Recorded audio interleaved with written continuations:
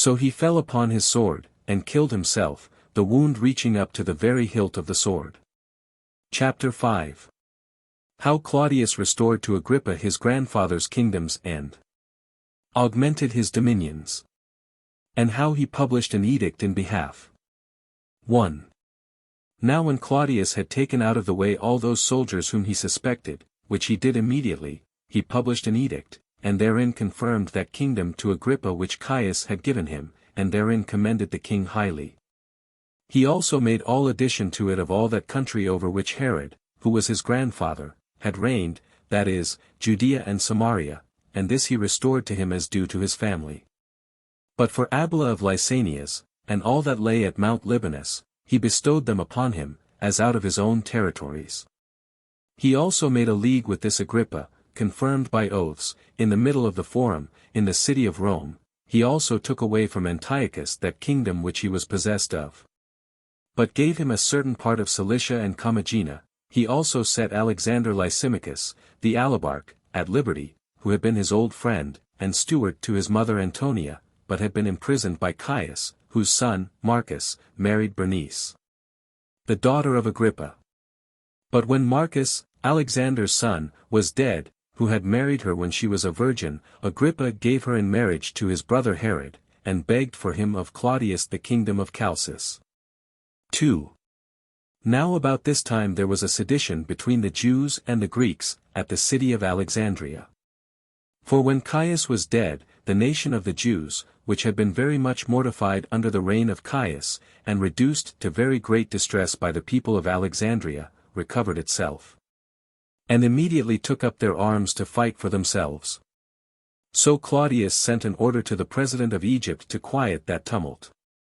He also sent an edict at the requests of King Agrippa and King Herod, both to Alexandria and to Syria, whose contents were as follows: Tiberius Claudius Caesar Augustus Germanicus, high priest, and tribune of the people, ordains thus, since I am assured that the Jews of Alexandria, called Alexandrians, have been joint inhabitants in the earliest times with the Alexandrians, and have obtained from their kings equal privileges with them, as is evident by the public records that are in their possession, and the edicts themselves. And that after Alexandria had been subjected to our empire by Augustus, their rights and privileges have been preserved by those presidents who have at divers times been sent thither. And that no dispute had been raised about those rights and privileges, even when Aquila was governor of Alexandria. And that when the Jewish ethnarch was dead, Augustus did not prohibit the making such ethnarchs, as willing that all men should be so subject, to the Romans, as to continue in the observation of their own customs, and not be forced to transgress the ancient rules of their own country religion. But that, in the time of Caius, the Alexandrians became insolent towards the Jews that were among them, which Caius, out of his great madness and want of understanding, reduced the nation of the Jews very low, because they would not transgress the religious worship of their country, and call him a god. I will therefore that the nation of the Jews be not deprived of their rights and privileges, on account of the madness of Caius, but that those rights and privileges which they formerly enjoyed be preserved to them, and that they may continue in their own customs. And I charge both parties to take very great care that no troubles may arise after the promulgation of this edict. 3. And such were the contents of this edict on behalf of the Jews that was sent to Alexandria. But the edict that was sent into the other parts of the habitable earth was this which follows: Tiberius Claudius Caesar Augustus Germanicus, high priest, tribune of the people, chosen consul the second time, ordains thus, upon the petition of King Agrippa and King Herod, who are persons very dear to me, that I would grant the same rights and privileges should be preserved to the Jews which are in all the Roman Empire, which I have granted to those of Alexandria. I very willingly comply therewith. And this grant I make not only for the sake of the petitioners, but as judging those Jews for whom I have been petitioned worthy of such a favor, on account of their fidelity and friendship to the Romans. I think it also very just that no Grecian city should be deprived of such rights and privileges, since they were preserved to them under the great Augustus. It will therefore be fit to permit the Jews, who are in all the world under us, to keep their ancient customs without being hindered so to do. And I do charge them also to use this my kindness to them with moderation, and not to show a contempt of the superstitious observances of other nations, but to keep their own laws only. And I will that this decree of mine be engraven on tables by the magistrates of the cities, and colonies, and municipal places, both those within Italy and those without it, both kings and governors, by the means of the ambassadors. And to have them exposed to the public for full 30 days, in such a place whence it may plainly be read from the ground. Chapter 6. What things were done by Agrippa at Jerusalem when he was returned back into Judea, and what it was that Petronius wrote to the inhabitants of Doris, in behalf. 1. Now Claudius Caesar, by these decrees of his which were sent to Alexandria, and to all the habitable earth, made known what opinion he had of the Jews. So he soon sent Agrippa away to take his kingdom. Now he was advanced to a more illustrious dignity than before, and sent letters to the presidents and procurators of the provinces that they should treat him very kindly. Accordingly, he returned in haste, as was likely he would. Now he returned in much greater prosperity than he had before. He also came to Jerusalem, and offered all the sacrifices that belonged to him, and omitted nothing which the law required. On which account he ordained that many of the Nazarites should have their heads shorn. And for the golden chain which had been given him by Caius, of equal weight with that iron chain wherewith his royal hands had been bound, he hung it up within the limits of the temple, over the treasury. That it might be a memorial of the severe fate he had lain under, and a testimony of his change for the better. That it might be a demonstration how the greatest prosperity may have a fall, and that God sometimes raises up what is fallen down, for this chain thus dedicated afforded a document to all men. That King Agrippa had been once bound in a chain for a small cause, but recovered his former dignity again. And a little while afterward got out of his bonds, and was advanced to be a more illustrious king than he was before. Whence men may understand that all that partake of human nature, how great soever they are, may fall.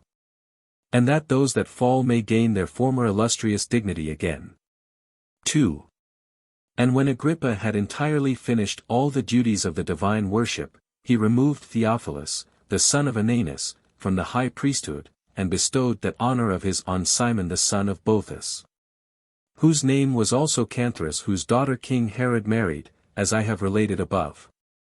Simon, therefore, had the high priesthood with his brethren, and with his father, in like manner as the sons of Simon, the son of Onias, who were 3, had it formerly under the government of the Macedonians, as we have related in a former book.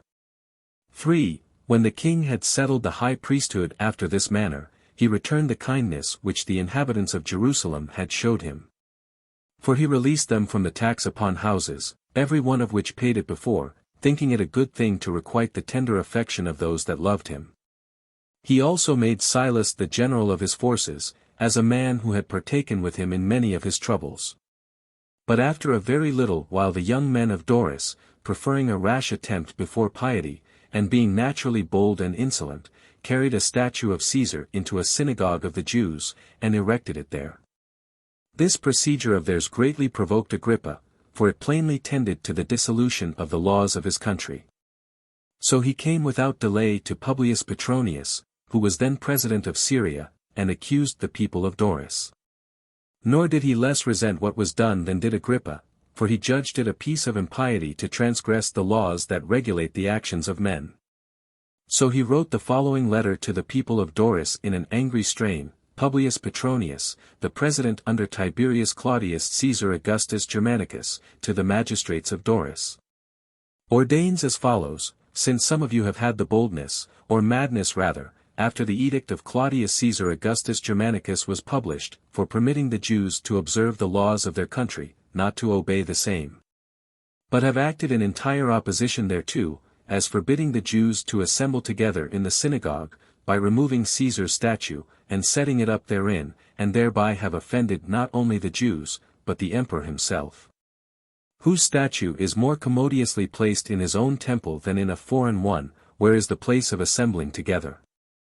While it is but a part of natural justice, that every one should have the power over the place belonging peculiarly to themselves, according to the determination of Caesar, to say nothing of my own determination. which it would be ridiculous to mention after the emperor's edict, which gives the Jews leave to make use of their own customs, as also gives order that they enjoy equally the rights of citizens with the Greeks themselves. I therefore ordain that Proculus Vitellius, the centurion, bring those men to me, who, contrary to Augustus's edict, have been so insolent as to do this thing, at which those very men, who appear to be of principal reputation among them, have an indignation also, and allege for themselves, that it was not done with their consent, but by the violence of the multitude, that they may give an account of what hath been done. I also exhort the principal magistrates among them, unless they have a mind to have this action esteemed to be done with their consent, to inform the centurion of those that were guilty of it. And take care that no handle be hence taken for raising a sedition or quarrel among them, which those seem to me to treat after who encourage such doings. While both I myself and King Agrippa, for whom I have the highest honor, have nothing more under our care, than that the nation of the Jews may have no occasion given them of getting together, under the pretense of avenging themselves, and become tumultuous. And that it may be more publicly known what Augustus hath resolved about this whole matter, I have subjoined those edicts which he hath lately caused to be published at Alexandria, and which, although they may be well known to all, yet did King Agrippa, for whom I have the highest honor, read them at that time before my tribunal, and pleaded that the Jews ought not to be deprived of those rights which Augustus hath granted them. I therefore charge you, that you do not, for the time to come, seek for any occasion of sedition or disturbance, but that every one be allowed to follow their own religious customs. 4. Thus did Petronius take care of this matter, that such a breach of the law might be corrected, and that no such thing might be attempted afterwards against the Jews. And now King Agrippa took the high priesthood away from Simon Canthras, and put Jonathan, the son of Ananus, into it again, and owned that he was more worthy of that dignity than the other. But this was not a thing acceptable to him, to recover that his former dignity. So he refused it, and said, O king, I rejoice in the honor that thou hast for me, and take it kindly that thou wouldst give me such a dignity of thy own inclinations, although God hath judged that I am not at all worthy of the high priesthood. I am satisfied with having once put on the sacred garments, for I then put them on after a more holy manner than I should now receive them again. But if thou desirest that a person more worthy than myself should have this honorable employment, give me leave to name thee such a one. I have a brother that is pure from all sin against God, and of all offences against thyself. I recommend him to thee, as one that is fit for this dignity. So the king was pleased with these words of his, and passed by Jonathan, and, according to his brother's desire, bestowed the high priesthood upon Matthias. Nor was it long before Marcus succeeded Petronius, as president of Syria. Chapter 7. Concerning Silas and on what account it was that King Agrippa was angry at him. How Agrippa began to encompass Jerusalem with a wall. And what benefits he bestowed on the inhabitants of Berytus. 1. Now Silas, the general of the king's horse, because he had been faithful to him under all his misfortunes, and had never refused to be a partaker with him in any of his dangers, but had oftentimes undergone the most hazardous dangers for him, was full of assurance, and thought he might expect a sort of equality with the king, on account of the firmness of the friendship he had showed to him.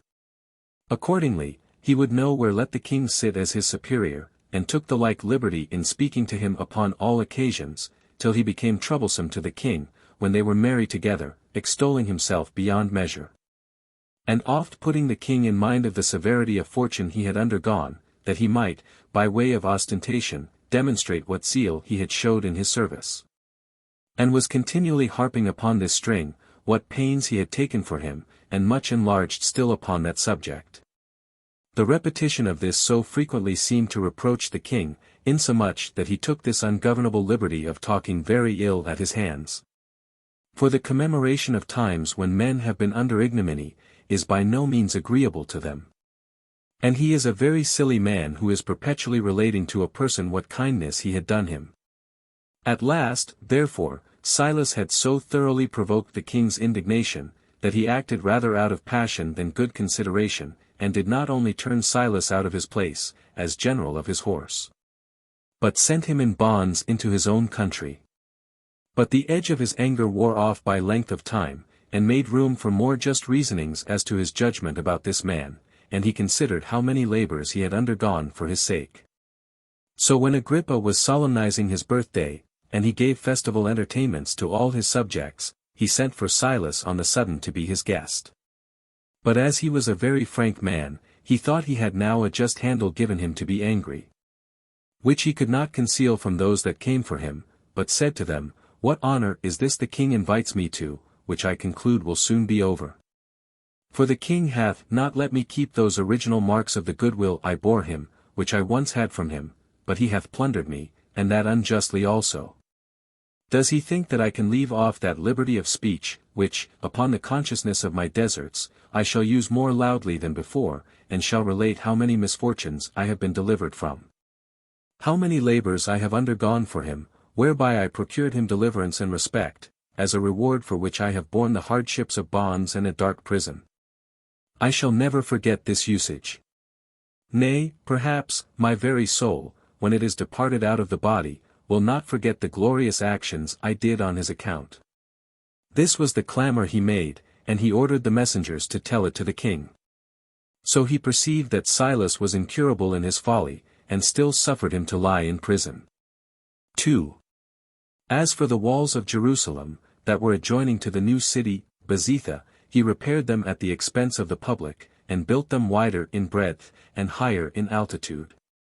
And he had made them too strong for all human power to demolish, unless Marcus, the then president of Syria, had by letter informed Claudius Caesar of what he was doing. And when Claudius had some suspicion of attempts for innovation, he sent to Agrippa to leave off the building of those walls presently. So he obeyed, as not thinking it proper to contradict Claudius. 3. Now this king was by nature very beneficent and liberal in his gifts, and very ambitious to oblige people with such large donations, and he made himself very illustrious by the many chargeable presents he made them. He took delight in giving, and rejoiced in living with good reputation. He was not at all like that Herod who reigned before him, for that Herod was ill-natured, and severe in his punishments, and had no mercy on them that he hated. And every one perceived that he was more friendly to the Greeks than to the Jews, for he adorned foreign cities with large presents in money, with building them baths and theatres besides. Nay, in some of those places he erected temples, and porticos in others, but he did not vouchsafe to raise one of the least edifices in any Jewish city, or make them any donation that was worth mentioning. But Agrippa's temper was mild, and equally liberal to all men. He was humane to foreigners, and made them sensible of his liberality. He was in like manner rather of a gentle and compassionate temper. Accordingly, he loved to live continually at Jerusalem, and was exactly careful in the observance of the laws of his country.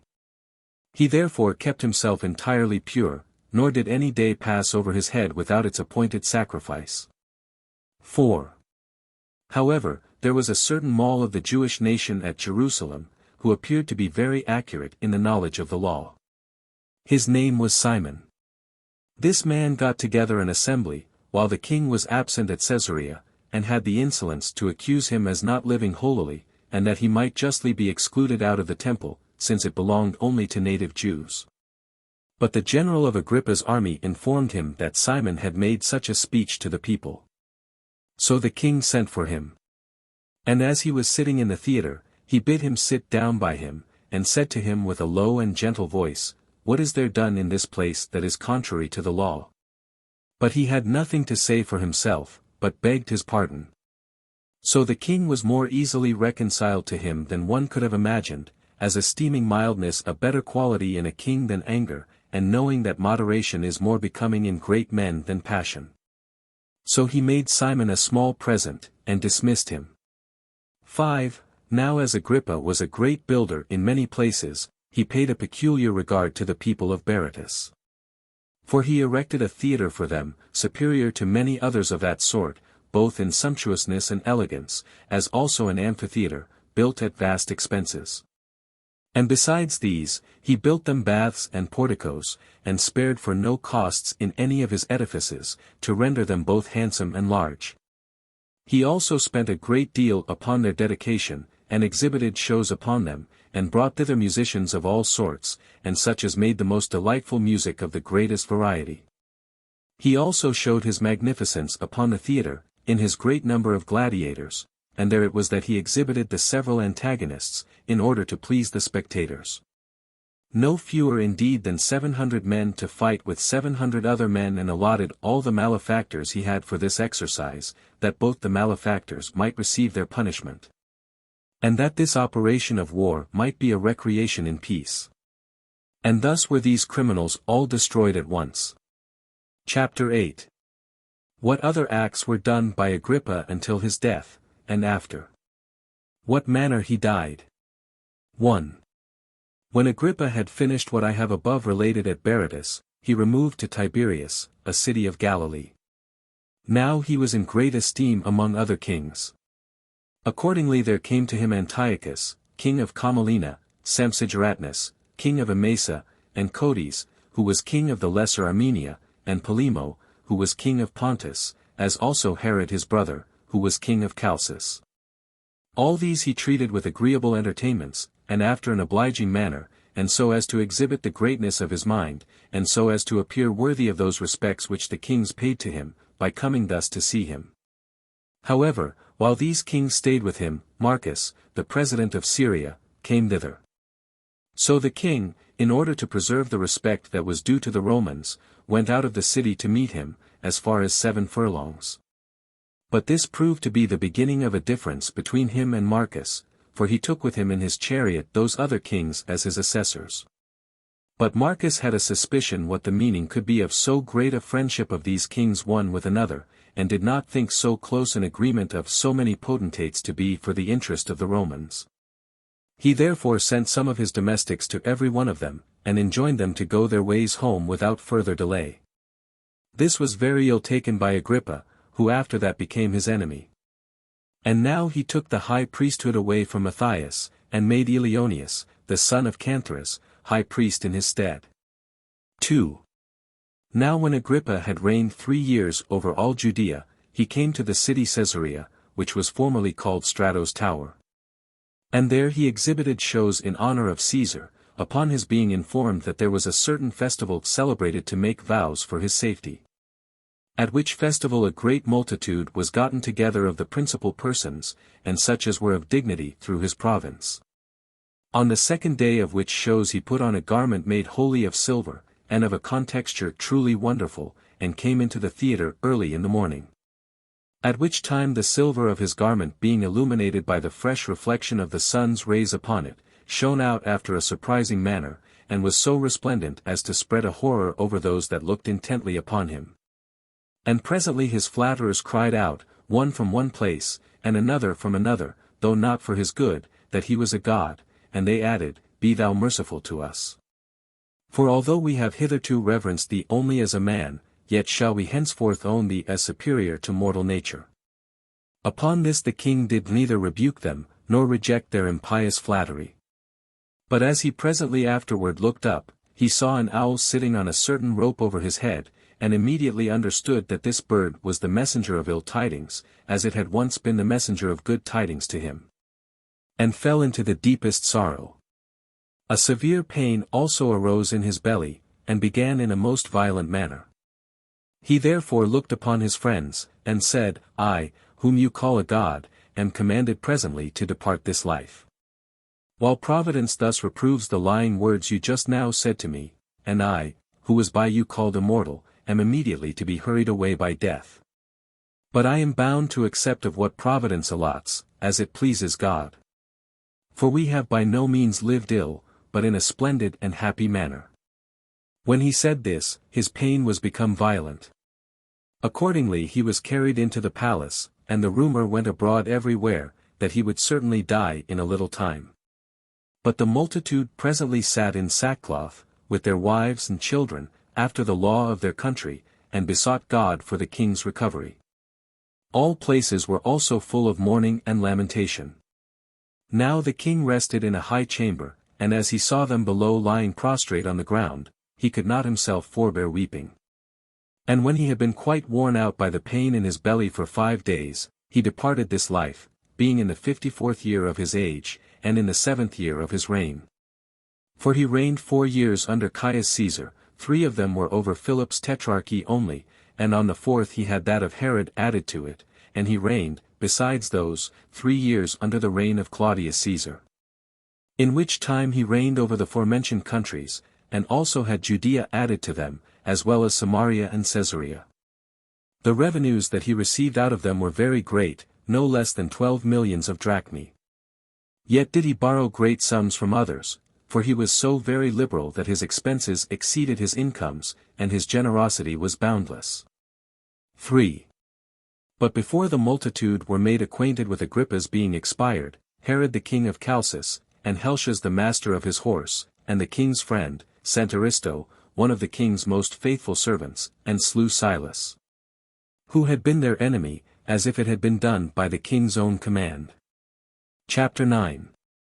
What things were done after the death of Agrippa, and how Claudius, on account of the youth and unskillfulness of Agrippa, Jr., sent Cuspius Fadus to be procurator of Judea, and of the entire kingdom. 1. And thus did King Agrippa depart this life. But he left behind him a son, Agrippa by name, a youth in the 17th year of his age, and 3 daughters, one of which, Bernice, was married to Herod, his father's brother, and was 16 years old. The other 2, Miriam and Drusilla, were still virgins, the former was 10 years old, and Drusilla 6. Now these his daughters were thus espoused by their father, Marlatone to Julius Archelaus Epiphanes, the son of Antiochus, the son of Celsius, and Drusilla to the king of Commagena. But when it was known that Agrippa was departed this life, the inhabitants of Caesarea and of Sebaste forgot the kindnesses he had bestowed on them, and acted the part of the bitterest enemies. For they cast such reproaches upon the deceased as are not fit to be spoken of. And so many of them as were then soldiers, which were a great number, went to his house, and hastily carried off the statues of this king's daughters, and all at once carried them into the brothel houses. And when they had set them on the tops of those houses, they abused them to the utmost of their power, and did such things to them as are too indecent to be related. They also laid themselves down in public places, and celebrated general feastings, with garlands on their heads, and with ointments and libations to Sharon, and drinking to one another for joy that the king was expired. Nay, they were not only unmindful of Agrippa, who had extended his liberality to them in abundance, but of his grandfather Herod also, who had himself rebuilt their cities, and had raised them havens and temples at vast expenses. 2. Now Agrippa, the son of the deceased, was at Rome, and brought up with Claudius Caesar. And when Caesar was informed that Agrippa was dead, and that the inhabitants of Sebaste and Caesarea had abused him, he was sorry for the first news, and was displeased with the ingratitude of those cities. He was therefore disposed to send Agrippa, Jr., away presently to succeed his father in the kingdom, and was willing to confirm him in it by his oath. But those freedmen and friends of his, who had the greatest authority with him, dissuaded him from it, and said that it was a dangerous experiment to permit so large a kingdom to come under the government of so very young a man, and one hardly yet arrived at years of discretion, who would not be able to take sufficient care of its administration. While the weight of a kingdom is heavy enough to a grown man. So Caesar thought what they said to be reasonable. Accordingly he sent Cuspius Fadus to be procurator of Judea, and of the entire kingdom, and paid that respect to the deceased as not to introduce Marcus, who had been at variance with him, into his kingdom.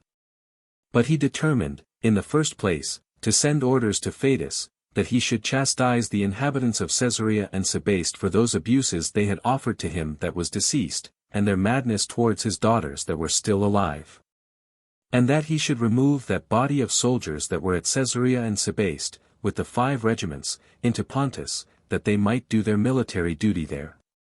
And that he should choose an equal number of soldiers out of the Roman legions that were in Syria, to supply their place. Yet were not those that had such orders actually removed. For by sending ambassadors to Claudius, they mollified him, and got leave to abide in Judea still.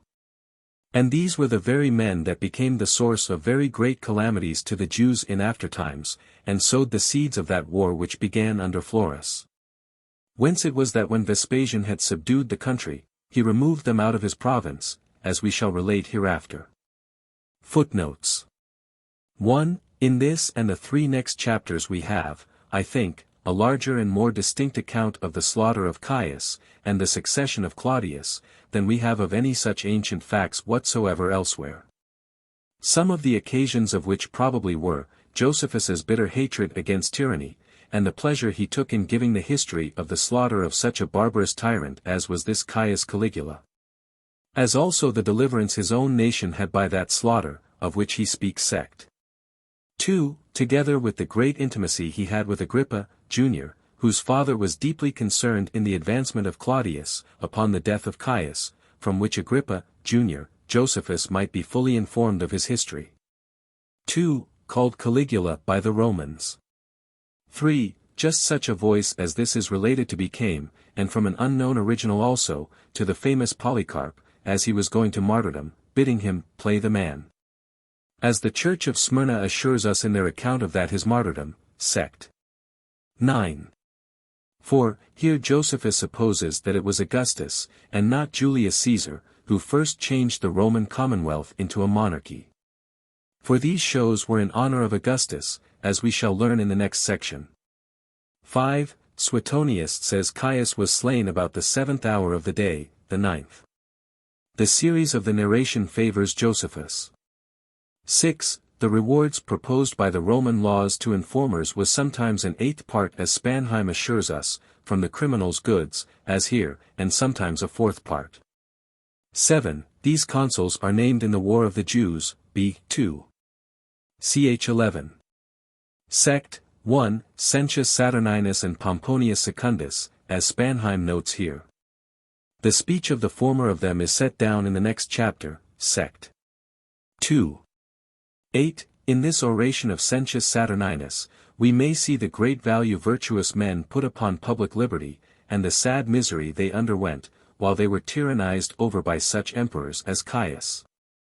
See Josephus's own short but pithy reflection at the end of the chapter. So difficult, says he, it is for those to obtain the virtue that is necessary to a wise man, who have the absolute power to do what they please without control.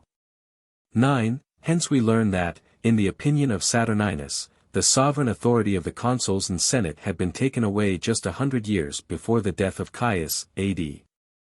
41, or in the 60th year before the Christian saga, when the first triumvirate began under Caesar, Pompey, and Crassus.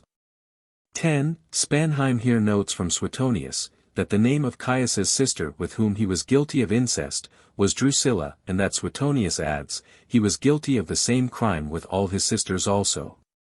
He notes further, that Suetonius omits the mention of the haven for ships, which our author esteems the only public work for the good of the present and future ages which Caius left behind him, though in an imperfect condition.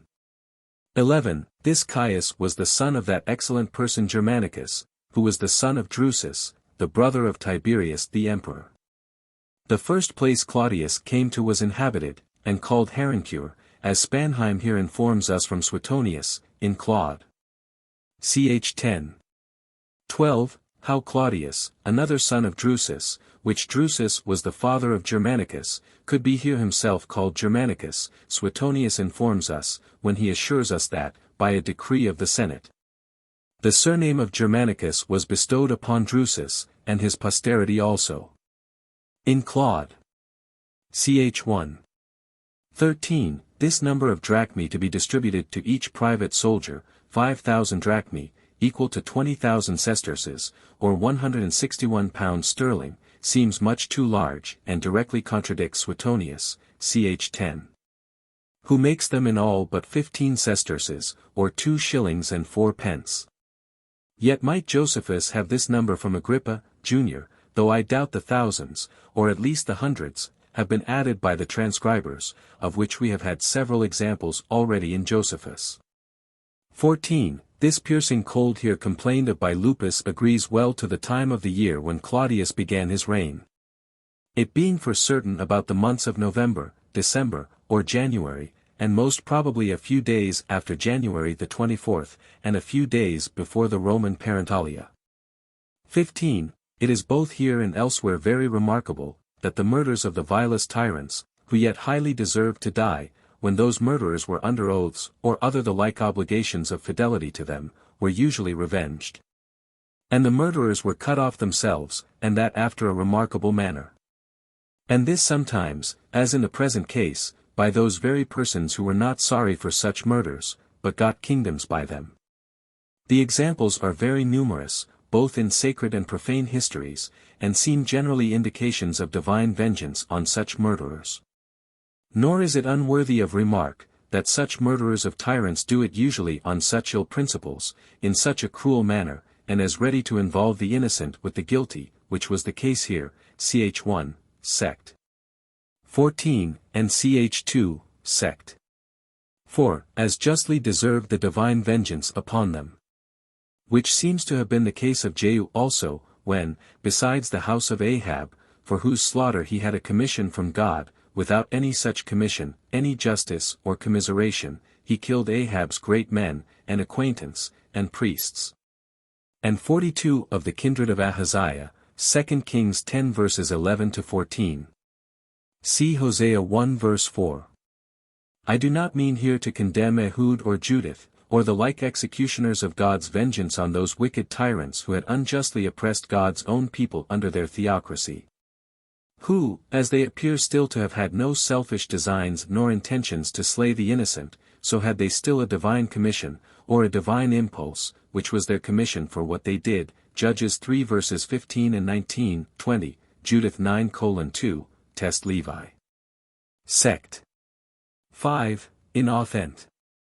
Rec. Page 312. See also page 432. 16. Here St. Luke is in some measure confirmed, when he reforms us, ch. 3:1, that Lysanias was some time before Tetrarch of Abilene, whose capital was Abila. As he is further confirmed by Ptolemy, the great geographer, which Spanheim here observes, when he calls that city Abila of Lysanias. See the note on B. 17. Ch. 11, sect. 4, and Prid. At the years 36 and 22. I esteem this principality to have belonged to the land of Canaan originally, to have been the burying place of Abel, and referred to as such, Matthew 23 verse 35, Luke 11 verse 51. See Authent. Rec. Part. 2, pages 883 to 885. 17. This form was so known and frequent among the Romans, as Dr. Hudson here tells us from the Great Selden, that it used to be thus represented at the bottom of their edicts by the initial letters only, U, D, P, R, L. P, unde de plano rect leg possit, whence it may be plainly read from the ground. 18. Josephus shows, both here and ch. 7, sect. 3. That he had a much greater opinion of King Agrippa I. Than Simon the learned rabbi, than the people of Caesarea and Sebaste, ch. 7, sect. 4, and ch. 9, sect.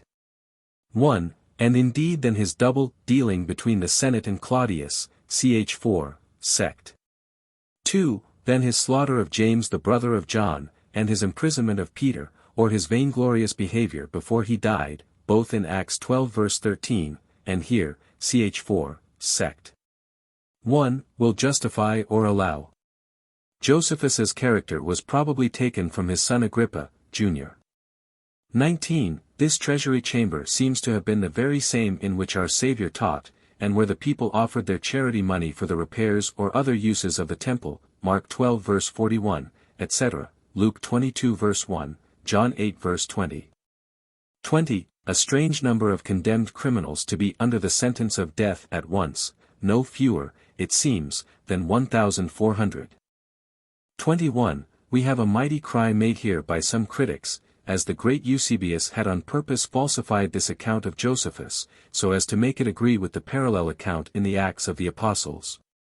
Because the present copies of his citation of it, hist. A.J. Less. B. 2. Ch. 10, omit the words an owl, on a certain rope, which Josephus's present copies retain, and only have the explicatory word or angel, as if he meant that angel of the Lord which est he. Luke mentions as smiting Herod, Acts 12 verse 23, and not that owl which Josephus called an angel or messenger, formerly of good, but now of bad news, to Agrippa.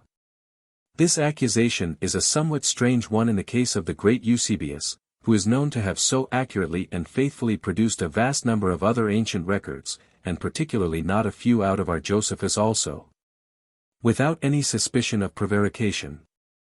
Now, not to allege how uncertain we are whether Josephus's and Eusebius' copies of the 4th century were just like the present in this clause, which we have no distinct evidence of, the following words, preserved still in Eusebius, will not admit of any such exposition. This bird, says Eusebius, Agrippa presently perceived to be the cause of ill fortune, as it was once of good fortune, to him, which can only belong to that bird, the owl, which as it had formerly foreboded his happy deliverance from imprisonment. Antique, B. 18.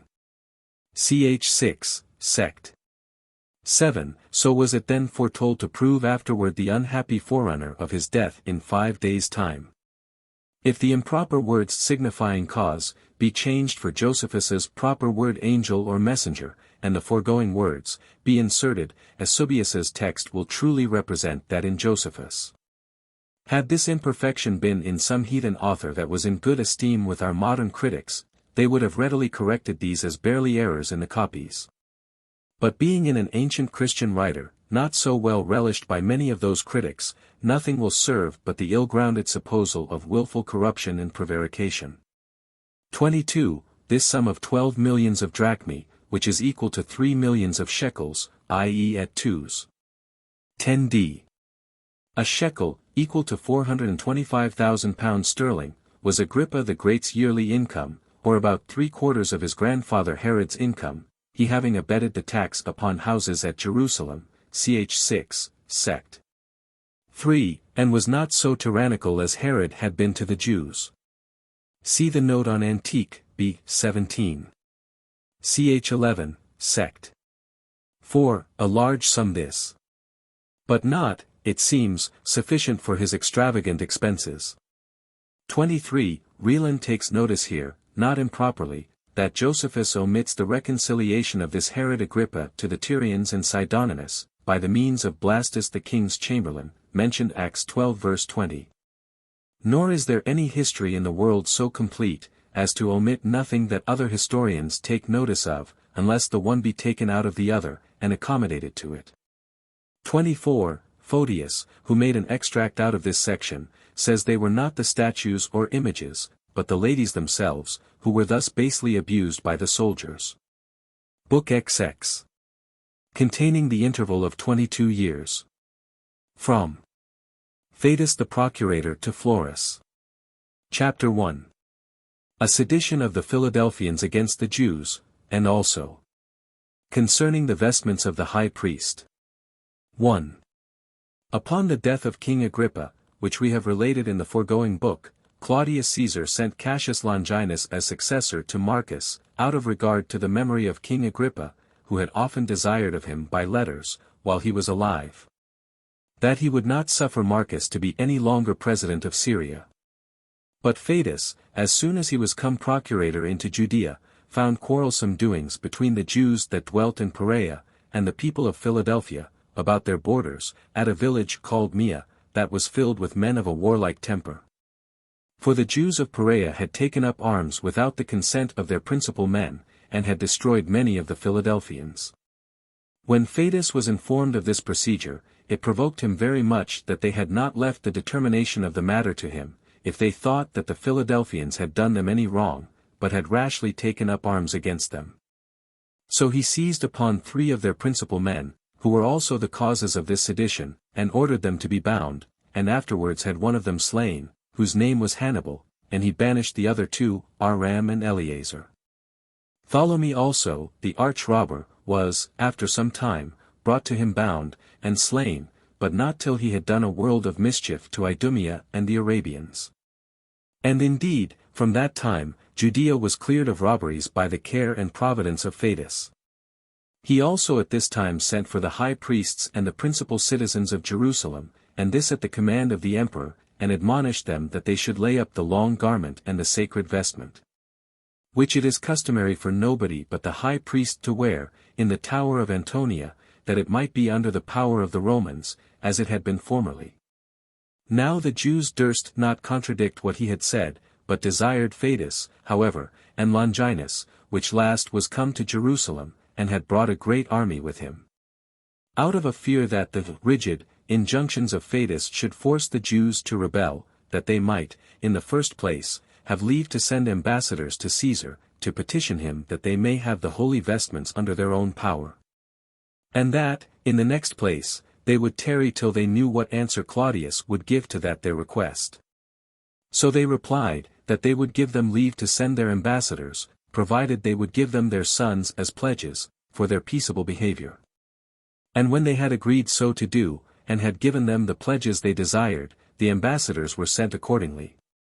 But when, upon their coming to Rome, Agrippa, Jr., the son of the deceased, understood the reason why they came, for he dwelt with Claudius Caesar, as we said before, he besought Caesar to grant the Jews their request about the holy vestments, and to send a message to Fadus accordingly. 2. Hereupon Claudius called for the ambassadors, and told them that he granted their request, and bade them to return their thanks to Agrippa for this favor, which had been bestowed on them upon his entreaty. And besides these answers of his, he sent the following letter by them: Claudius Caesar Germanicus, tribune of the people the 5th time, and designed consul the 4th time, and imperator the 10th time, the father of his country. To the magistrates, senate, and people, and the whole nation of the Jews, sendeth greeting.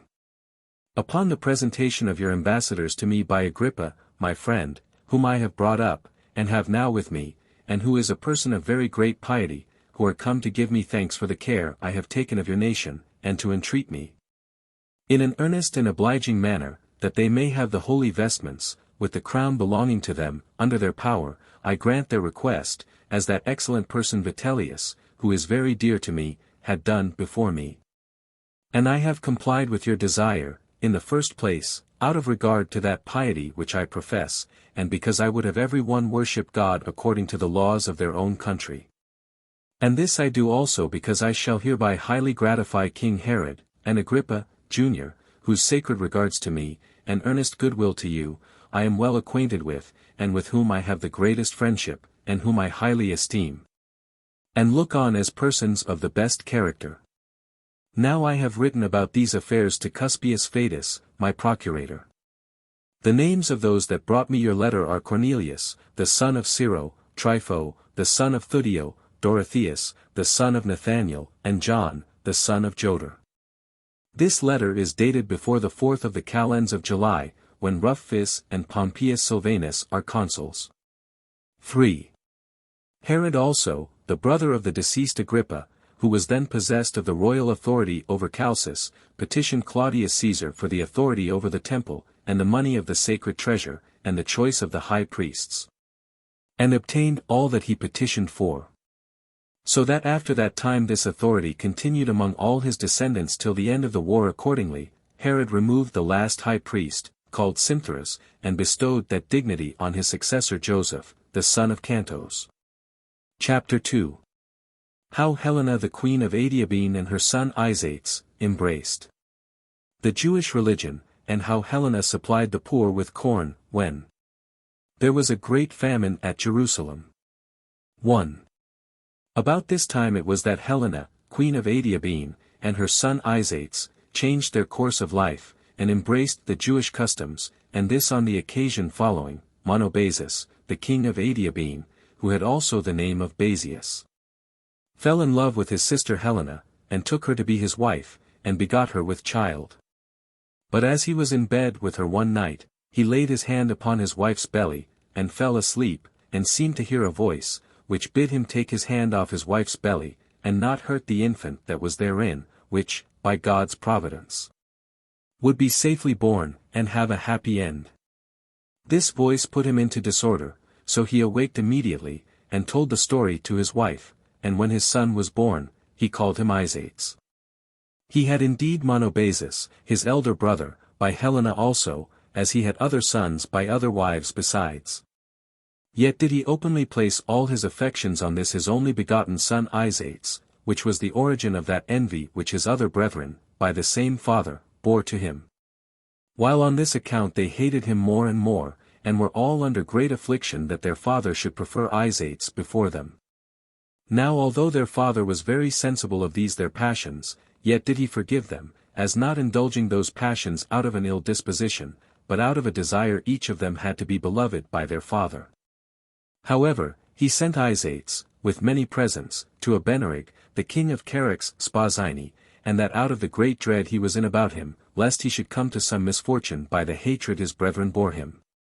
And he committed his son's preservation to him. Upon which Abennerig gladly received the young man, and had a great affection for him, and married him to his own daughter, whose name was Samicha. He also bestowed a country upon him, from which he received large revenues. 2. But when Monobazus was grown old, and saw that he had but a little time to live, he had a mind to come to the sight of his son before he died. So he sent for him, and embraced him after the most affectionate manner, and bestowed on him the country called Kara. It was a soil that bare amomum in great plenty. There are also in it the remains of that ark, wherein it is related that Noah escaped the deluge, and where they are still shown to such as are desirous to see them. Accordingly, Isates abode in that country until his father's death. But the very day that Monobazus died, Queen Helena sent for all the grandees, and governors of the kingdom, and for those that had the armies committed to their command. And when they were come, she made the following speech to them: I believe you are not unacquainted that my husband was desirous Isates should succeed him in the government, and thought him worthy so to do. However, I wait your determination. For happy is he who receives a kingdom, not from a single person only, but from the willing suffrages of a great many. This she said, in order to try those that were invited, and to discover their sentiments. Upon the hearing of which, they first of all paid their homage to the queen, as their custom was, and then they said that they confirmed the king's determination, and would submit to it. And they rejoiced that Isates' father had preferred him before the rest of his brethren, as being agreeable to all their wishes, but that they were desirous first of all to slay his brethren and kinsmen. That so the government might come securely to Isates. Because if they were once destroyed, all that fear would be over which might arise from their hatred and envy to him. Helena replied to this, that she returned them her thanks for their kindness to herself and to Isates. But desired that they would however defer the execution of this slaughter of Isates' brethren till he should be there himself, and give his approbation to it. So since these men had not prevailed with her, when they advised her to slay them, they exhorted her at least to keep them in bonds till he should come, and that for their own security. They also gave her counsel to set up someone whom she could put the greatest trust in, as a governor of the kingdom in the meantime. So Queen Helena complied with this counsel of theirs, and set up Monobazus, the eldest son, to be king, and put the diadem upon his head, and gave him his father's ring, with its signet. As also the ornament which they call Sampser, and exhorted him to administer the affairs of the kingdom till his brother should come. Who came suddenly upon hearing that his father was dead, and succeeded his brother Monobazus, who resigned up the government to him. 3. Now, during the time Isates abode at Charax Spasini, a certain Jewish merchant, whose name was Ananias, got among the women that belonged to the king, and taught them to worship God according to the Jewish religion. He, moreover, by their means, became known to Isates, and persuaded him, in like manner, to embrace that religion. He also, at the earnest entreaty of Isates, accompanied him when he was sent for by his father to come to Adiabene. It also happened that Helena, about the same time, was instructed by a certain other Jew and went over to them. But when Isates had taken the kingdom, and was come to Adiabene, and there saw his brethren and other kinsmen in bonds, he was displeased at it. And as he thought it an instance of impiety either to slay or imprison them, but still thought it a hazardous thing for to let them have their liberty, with the remembrance of the injuries that had been offered them. He sent some of them and their children for hostages to Rome, to Claudius Caesar, and sent the others to Artabanus, the king of Parthia, with the like intentions. 4. And when he perceived that his mother was highly pleased with the Jewish customs, he made haste to change, and to embrace them entirely.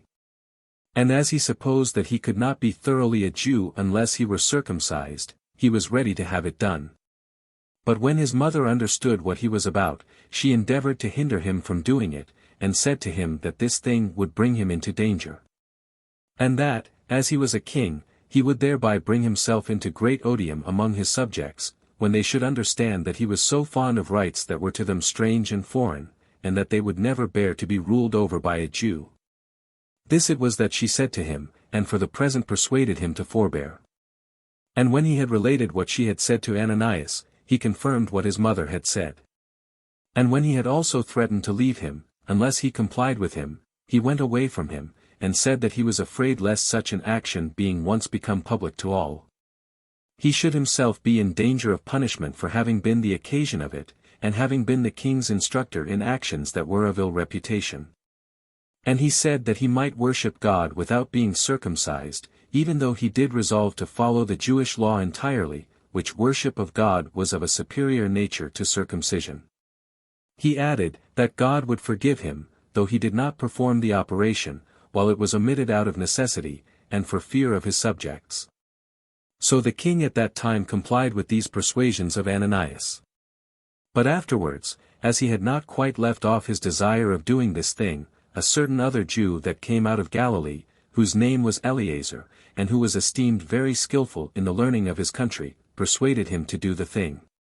For as he entered into his palace to salute him, and found him reading the law of Moses, he said to him, Thou dost not consider, O king, that thou unjustly breakest the principle of those laws, and art injurious to God himself, by omitting to be circumcised, for thou oughtest not only to read them, but chiefly to practice what they enjoin thee. How long wilt thou continue uncircumcised? But if thou hast not yet read the law about circumcision, and dost not know how great impiety thou art guilty of by neglecting it, read it now. When the king had heard what he said, he delayed the thing no longer, but retired to another room, and sent for a surgeon, and did what he was commanded to do. He then sent for his mother, and Ananias his tutor, and informed them that he had done the thing. Upon which they were presently struck with astonishment and fear, and that to a great degree, lest the thing should be openly discovered and censured, and the king should hazard the loss of his kingdom, while his subjects would not bear to be governed by a man who was so zealous in another religion. And lest they should themselves run some hazard, because they would be supposed the occasion of his so doing. But it was God himself who hindered what they feared from taking effect.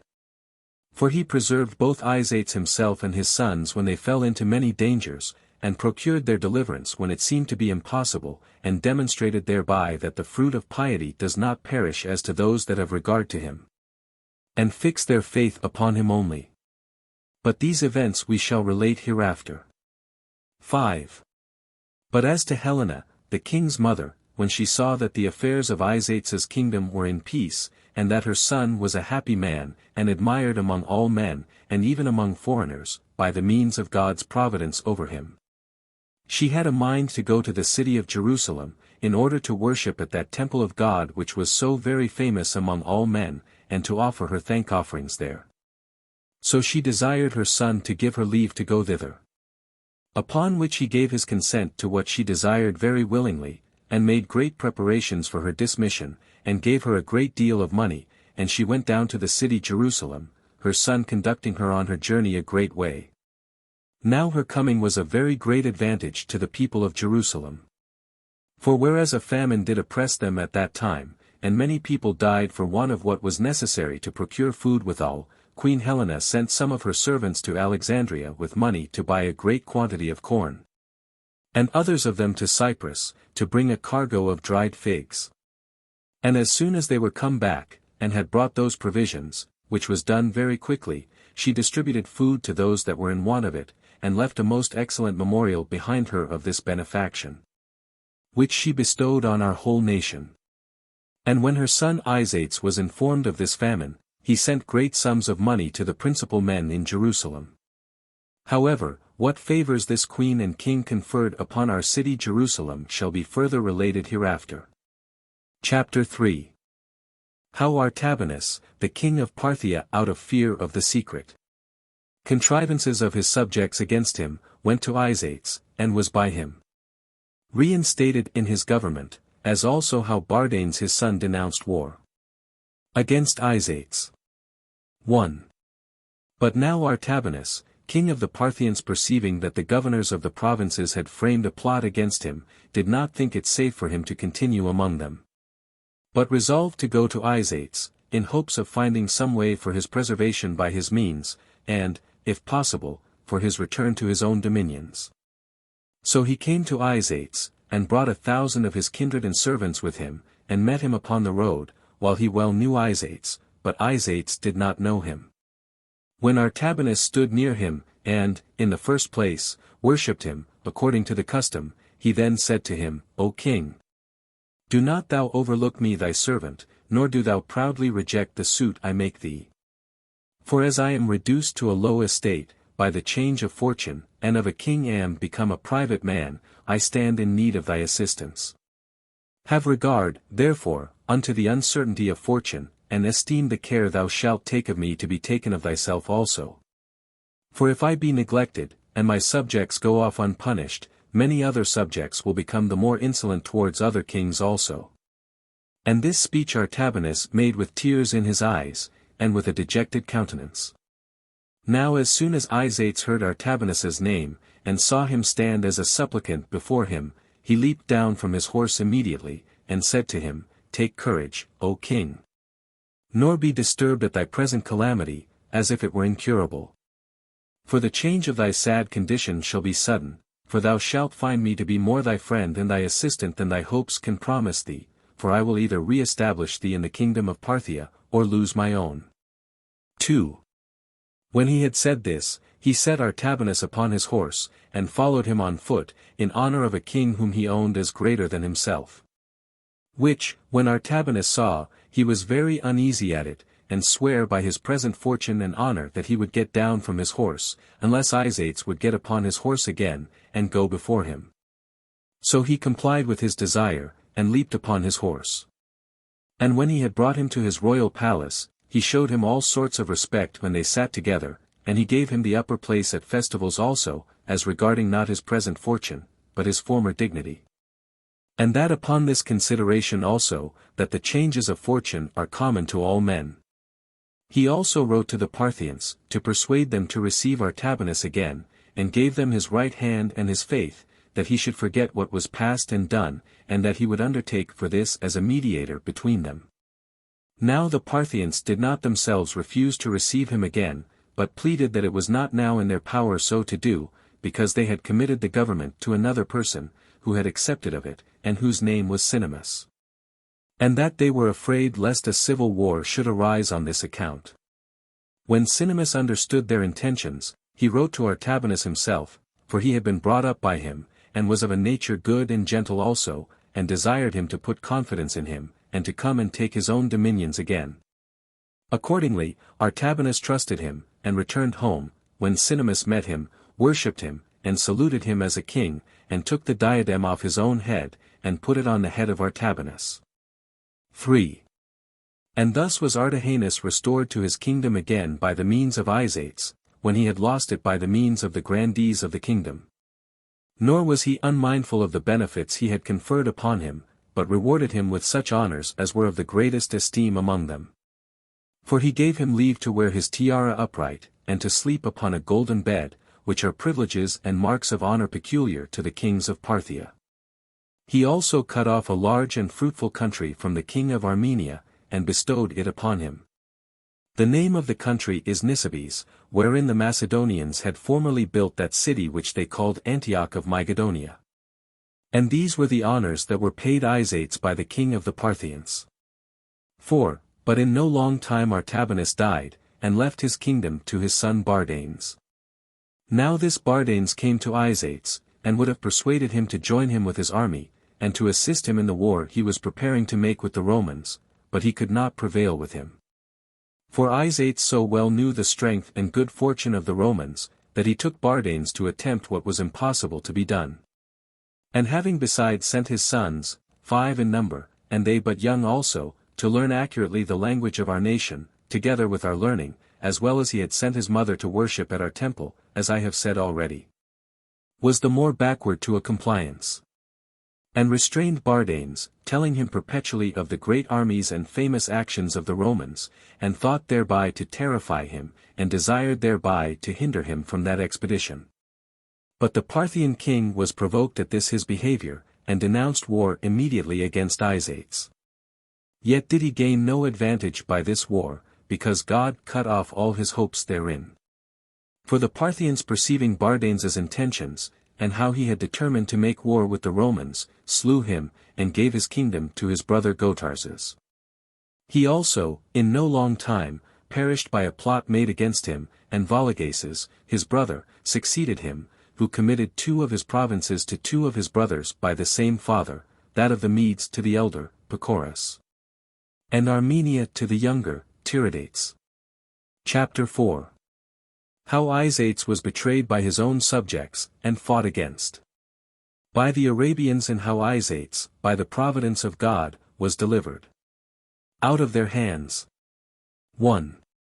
Now when the king's brother, Monobazus, and his other kindred, saw how Isates, by his piety to God, was become greatly esteemed by all men, they also had a desire to leave the religion of their country, and to embrace the customs of the Jews. But that act of theirs was discovered by Isates' subjects. Whereupon the grandees were much displeased, and could not contain their anger at them, but had an intention, when they should find a proper opportunity, to inflict a punishment upon them. Accordingly, they wrote to Abia, king of the Arabians, and promised him great sums of money, if he would make an expedition against their king. And they further promised him, that, on the first onset, they would desert their king, because they were desirous to punish him, by reason of the hatred he had to their religious worship. Then they obliged themselves, by oaths, to be faithful to each other, and desired that he would make haste in this design. The king of Arabia complied with their desires, and brought a great army into the field, and marched against Isates. And, in the beginning of the first onset, and before they came to a close fight, those grandees, as if they had a panic terror upon them, all deserted Isates, as they had agreed to do, and, turning their backs upon their enemies, ran away. Yet was not Isates dismayed at this, but when he understood that the grandees had betrayed him, he also retired into his camp, and made inquiry into the matter. And as soon as he knew who they were that made this conspiracy with the king of Arabia, he cut off those that were found guilty. And renewing the fight on the next day, he slew the greatest part of his enemies, and forced all the rest to betake themselves to flight. He also pursued their king, and drove him into a fortress called Arsemus, and following on the siege vigorously, he took that fortress. And when he had plundered it of all the prey that was in it, which was not small, he returned to Adiabene. Yet did not he take Abia alive, because, when he found himself encompassed on every side, he slew himself. 2. But although the grandees of Adiabene had failed in their first attempt, as being delivered up by God into their king's hands, yet would they not even then be quiet, but wrote again to Vologases, who was then king of Parthia, and desired that he would kill Isates, and set over them some other potentate, who should be of a Parthian family. For they said that they hated their own king for abrogating the laws of their forefathers, and embracing foreign customs. When the king of Parthia heard this, he boldly made war upon Isates. And as he had no just pretense for this war, he sent to him, and demanded back those honorable privileges which had been bestowed on him by his father, and threatened, on his refusal, to make war upon him. Upon hearing of this, Isates was under no small trouble of mind, as thinking it would be a reproach upon him to appear to resign those privileges that had been bestowed upon him out of cowardice. Yet because he knew, that though the king of Parthia should receive back those honors, yet would he not be quiet, he resolved to commit himself to God, his protector, in the present danger he was in of his life. And as he esteemed him to be his principal assistant, he entrusted his children and his wives to a very strong fortress, and laid up his corn in his citadels, and set the hay and the grass on fire. And when he had thus put things in order, as well as he could, he awaited the coming of the enemy. And when the king of Parthia was come, with a great army of footmen and horsemen, which he did sooner than was expected, for he marched in great haste, and had cast up a bank at the river that parted Adiabene from Media. Isates also pitched his camp not far off, having with him 6,000 horsemen. But there came a messenger to Isates, sent by the king of Parthia, who told him how large his dominions were, as reaching from the river Euphrates to Bactria, and enumerated that king's subjects. He also threatened him that he should be punished, as a person ungrateful to his lords, and said that the God whom he worshipped could not deliver him out of the king's hands. When the messenger had delivered this his message, Isates replied that he knew the king of Parthia's power was much greater than his own, but that he knew also that God was much more powerful than all men.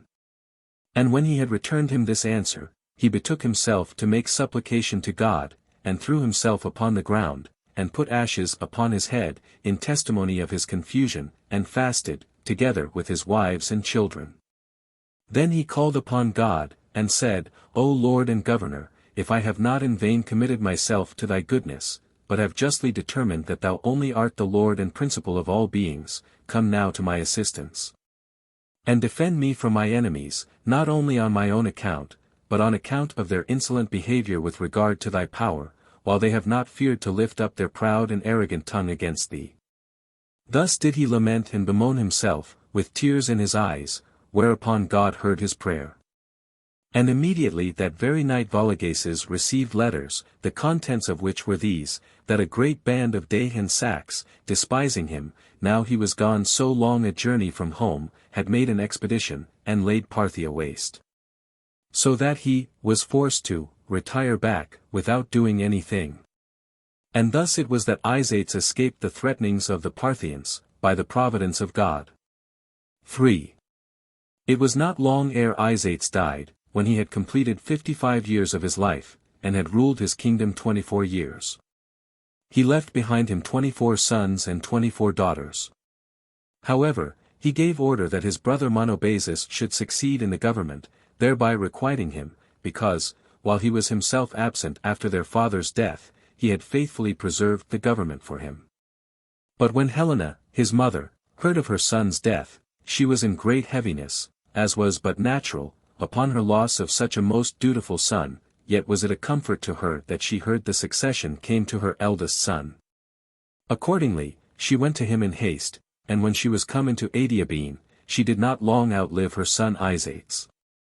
But Monobazus sent her bones, as well as those of Isates, his brother, to Jerusalem, and gave order that they should be buried at the pyramids which their mother had erected. They were 3 in number, and distant no more than 3 furlongs from the city Jerusalem. But for the actions of Monobazus the king, which he did during the rest of his life, we will relate them hereafter. Chapter 5. Concerning Theudas and the sons of Judas the Galilean, as also what calamity fell upon the Jews on the day of the Passover. 1. Now it came to pass, while Fadus was procurator of Judea, that a certain magician, whose name was Theudas, persuaded a great part of the people to take their effects with them, and follow him to the river Jordan. For he told them he was a prophet, and that he would, by his own command, divide the river, and afford them an easy passage over it, and many were deluded by his words. However, Fadus did not permit them to make any advantage of his wild attempt, but sent a troop of horsemen out against them, who, falling upon them unexpectedly, slew many of them, and took many of them alive. They also took Theudas alive, and cut off his head, and carried it to Jerusalem. This was what befell the Jews in the time of Cuspius Fadus's government. 2. Then came Tiberius Alexander as successor to Fadus. He was the son of Alexander the Alabarch of Alexandria, which Alexander was a principal person among all his contemporaries, both for his family and wealth. He was also more eminent for his piety than this his son Alexander. For he did not continue in the religion of his country. Under these procurators that great famine happened in Judea, in which Queen Helena bought corn in Egypt at a great expense, and distributed it to those that were in want, as I have related already. And besides this, the sons of Judas of Galilee were now slain, I mean of that Judas who caused the people to revolt, when Cyrenius came to take an account of the estates of the Jews, as we have showed in a foregoing book. The names of those sons were James and Simon, whom Alexander commanded to be crucified. But now Herod, king of Chalcis, removed Joseph, the son of Camidus, from the high priesthood, and made Ananias, the son of Nebidu, his successor. And now it was that Cumanus came as successor to Tiberius Alexander, as also that Herod, brother of Agrippa the great king, departed this life, in the 8th year of the reign of Claudius Caesar. He left behind him 3 sons. Aristobulus, whom he had by his first wife, with Bernicianus, and Hyrcanus, both whom he had by Bernice his brother's daughter. But Claudius Caesar bestowed his dominions on Agrippa, Jr. 3. Now while the Jewish affairs were under the administration of Cumanus, there happened a great tumult at the city of Jerusalem, and many of the Jews perished therein. But I shall first explain the occasion whence it was derived. When that feast which is called the Passover was at hand, at which time our custom is to use unleavened bread, and a great multitude was gathered together from all parts to that feast. Cumanus was afraid lest some attempt of innovation should then be made by them. So he ordered that 1 regiment of the army should take their arms, and stand in the temple cloisters, to repress any attempts of innovation, if perchance any such should begin. And this was no more than what the former procurators of Judea did at such festivals. But on the 4th day of the feast, a certain soldier let down his breeches, and exposed his privy members to the multitude, which put those that saw him into a furious rage. And made them cry out that this impious action was not done to approach them, but God himself. Nay, some of them reproached Cumanus, and pretended that the soldier was set on by him, which, when Cumanus heard, he was also himself not a little provoked at such reproaches laid upon him. Yet did he exhort them to leave off such seditious attempts, and not to raise a tumult at the festival. But when he could not induce them to be quiet, for they still went on in their reproaches to him, he gave order that the whole army should take their entire armor, and come to Antonia, which was a fortress, as we have said already, which overlooked the temple. But when the multitude saw the soldiers there, they were affrighted at them, and ran away hastily. But as the passages out were but narrow, and as they thought their enemies followed them, they were crowded together in their flight, and a great number were pressed to death in those narrow passages. Nor indeed was the number fewer than 20,000 that perished in this tumult. So instead of a festival, they had at last a mournful day of it. And they all of them forgot their prayers and sacrifices, and betook themselves to lamentation and weeping, so great an affliction did the impudent obsceneness of a single soldier bring upon them. 4. Now before this their first mourning was over, another mischief befell them also. For some of those that raised the foregoing tumult, when they were travelling along the public road, about 100 furlongs from the city, robbed Stephanus, a servant of Caesar, as he was journeying, and plundered him of all that he had with him. Which things when Cumanus heard of, he sent soldiers immediately, and ordered them to plunder the neighboring villages, and to bring the most eminent persons among them in bonds to him. Now as this devastation was making, one of the soldiers seized the laws of Moses that lay in one of those villages, and brought them out before the eyes of all present, and tore them to pieces. And this was done with reproachful language, and much scurrility. Which things when the Jews heard of, they ran together, and that in great numbers, and came down to Caesarea, where Cumanus then was, and besought him that he would avenge, not themselves, but God himself, whose laws had been affronted.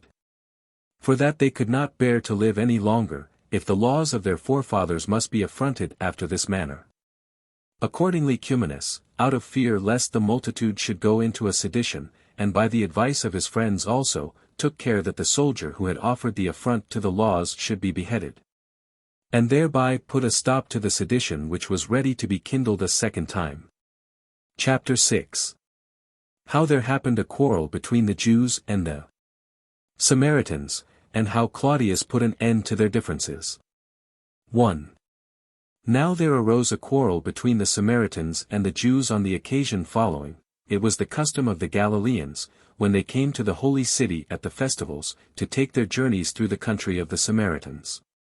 And at this time there lay, in the road they took, a village that was called Ginia, which was situated in the limits of Samaria and the great plain, where certain persons thereto belonging fought with the Galileans, and killed a great many of them. But when the principal of the Galileans were informed of what had been done, they came to Cumanus, and desired him to avenge the murder of those that were killed, but he was induced by the Samaritans, with money, to do nothing in the matter. Upon which the Galileans were much displeased, and persuaded the multitude of the Jews to betake themselves to arms, and to regain their liberty, saying that slavery was in itself a bitter thing, but that when it was joined with direct injuries, it was perfectly intolerable. And when their principal men endeavored to pacify them, and promised to endeavor to persuade Cumanus to avenge those that were killed, they would not hearken to them, but took their weapons, and entreated the assistance of Eleazar, the son of Dineus, a robber, who had many years made his abode in the mountains, with which assistance they plundered many villages of the Samaritans. When Cumanus heard of this action of theirs, he took the band of Sebaste, with 4 regiments of footmen, and armed the Samaritans, and marched out against the Jews, and caught them, and slew many of them, and took a great number of them alive. Whereupon those that were the most eminent persons at Jerusalem, and that both in regard to the respect that was paid them, and the families they were of, as soon as they saw to what a height things were gone, put on sackcloth, and heaped ashes upon their heads, and by all possible means besought the seditious, and persuaded them that they would set before their eyes the utter subversion of their country, the conflagration of their temple, and the slavery of themselves, their wives, and children, which would be the consequences of what they were doing, and would alter their minds, would cast away their weapons, and for the future be quiet, and return to their own homes. These persuasions of theirs prevailed upon them. So the people dispersed themselves, and the robbers went away again to their places of strength, and after this time all Judea was overrun with robberies. 2. But the principal of the Samaritans went to Ammidius Quadratus, the president of Syria, who at that time was at Tyre, and accused the Jews of setting their villages on fire, and plundering them. And said withal, that they were not so much displeased at what they had suffered, as they were at the contempt thereby showed the Romans. While if they had received any injury, they ought to have made them the judges of what had been done, and not presently to make such devastation, as if they had not the Romans for their governors. On which account they came to him, in order to obtain that vengeance they wanted. This was the accusation which the Samaritans brought against the Jews. But the Jews affirmed that the Samaritans were the authors of this tumult and fighting, and that, in the first place, Cumanus had been corrupted by their gifts, and passed over the murder of those that were slain in silence. Which allegations when Quadratus heard, he put off the hearing of the cause, and promised that he would give sentence when he should come into Judea, and should have a more exact knowledge of the truth of that matter. So these men went away without success. Yet was it not long ere Quadratus came to Samaria, where, upon hearing the cause, he supposed that the Samaritans were the authors of that disturbance. But when he was informed that certain of the Jews were making innovations, he ordered those to be crucified whom Cumanus had taken captives. From whence he came to a certain village called Lydda, which was not less than a city in largeness, and there heard the Samaritan cause a second time before his tribunal, and there learned from a certain Samaritan that one of the chief of the Jews, whose name was Dorcas, and some other innovators with him, for in number, persuaded the multitude to a revolt from the Romans, whom Quadratus ordered to be put to death, but still he sent away Ananias the high priest, and Ananus the commander, of the temple, in bonds to Rome, to give an account of what they had done to Claudius Caesar. He also ordered the principal men, both of the Samaritans and of the Jews, as also Cumanus the procurator, and Celer the tribune, to go to Italy to the emperor, that he might hear their cause, and determine their differences one with another. But he came again to the city of Jerusalem, out of his fear that the multitude of the Jews should attempt some innovations, but he found the city in a peaceable state, and celebrating one of the usual festivals of their country to God. So he believed that they would not attempt any innovations, and left them at the celebration of the festival, and returned to Antioch. 3. Now Cumanus, and the principal of the Samaritans, who were sent to Rome, had a day appointed them by the emperor whereon they were to have pleaded their cause about the quarrels they had one with another. But now Caesar's freedmen and his friends were very zealous on the behalf of Cumanus and the Samaritans. And they had prevailed over the Jews, unless Agrippa, Jr., who was then at Rome, had seen the principal of the Jews hard set, and had earnestly entreated Agrippina, the emperor's wife, to persuade her husband to hear the cause, so as was agreeable to his justice, and to condemn those to be punished who were really the authors of this revolt from the Roman government, whereupon Claudius was so well disposed beforehand, that when he had heard the cause, and found that the Samaritans had been the ringleaders in those mischievous doings, he gave order that those who came up to him should be slain, and that Cumanus should be banished. He also gave order that Celer the tribune should be carried back to Jerusalem, and should be drawn through the city in the sight of all the people, and then should be slain. Chapter 7. Felix is made procurator of Judea. As also concerning Agrippa, Jr. and his sisters. 1. So Claudius sent Felix, the brother of Pallas, to take care of the affairs of Judea. And when he had already completed the 12th year of his reign, he bestowed upon Agrippa the tetrarchy of Philip and Batanea, and added their 2 trachonites, with Abla, which last had been the tetrarchy of Lysanias. But he took from him Chalcis, when he had been governor thereof 4 years. And when Agrippa had received these countries as the gift of Caesar, he gave his sister Drusilla in marriage to Azizus, king of Emesa, upon his consent to be circumcised. For Epiphanes, the son of King Antiochus, had refused to marry her, because, after he had promised her father formerly to come over to the Jewish religion, he would not now perform that promise. He also gave Miriam in marriage to Archelaus, the son of Helcias, to whom she had formerly been betrothed by Agrippa her father, from which marriage was derived a daughter, whose name was Bernice. 2. But for the marriage of Drusilla with Azizus, it was in no long time afterward dissolved upon the following occasion.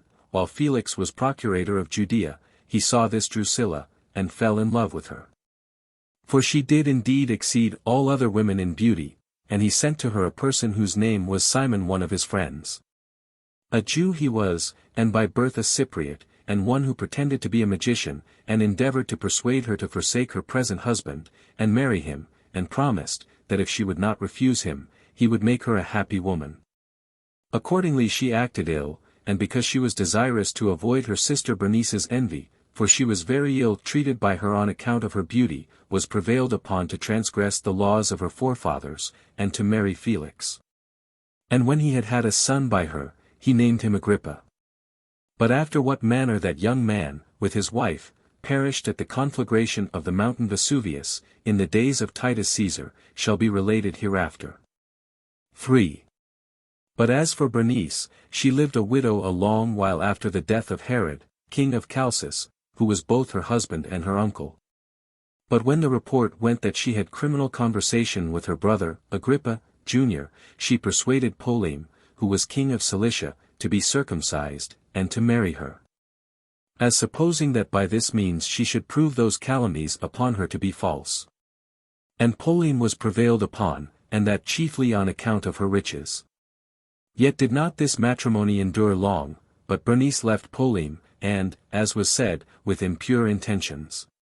So he forsook at once this matrimony, and the Jewish religion.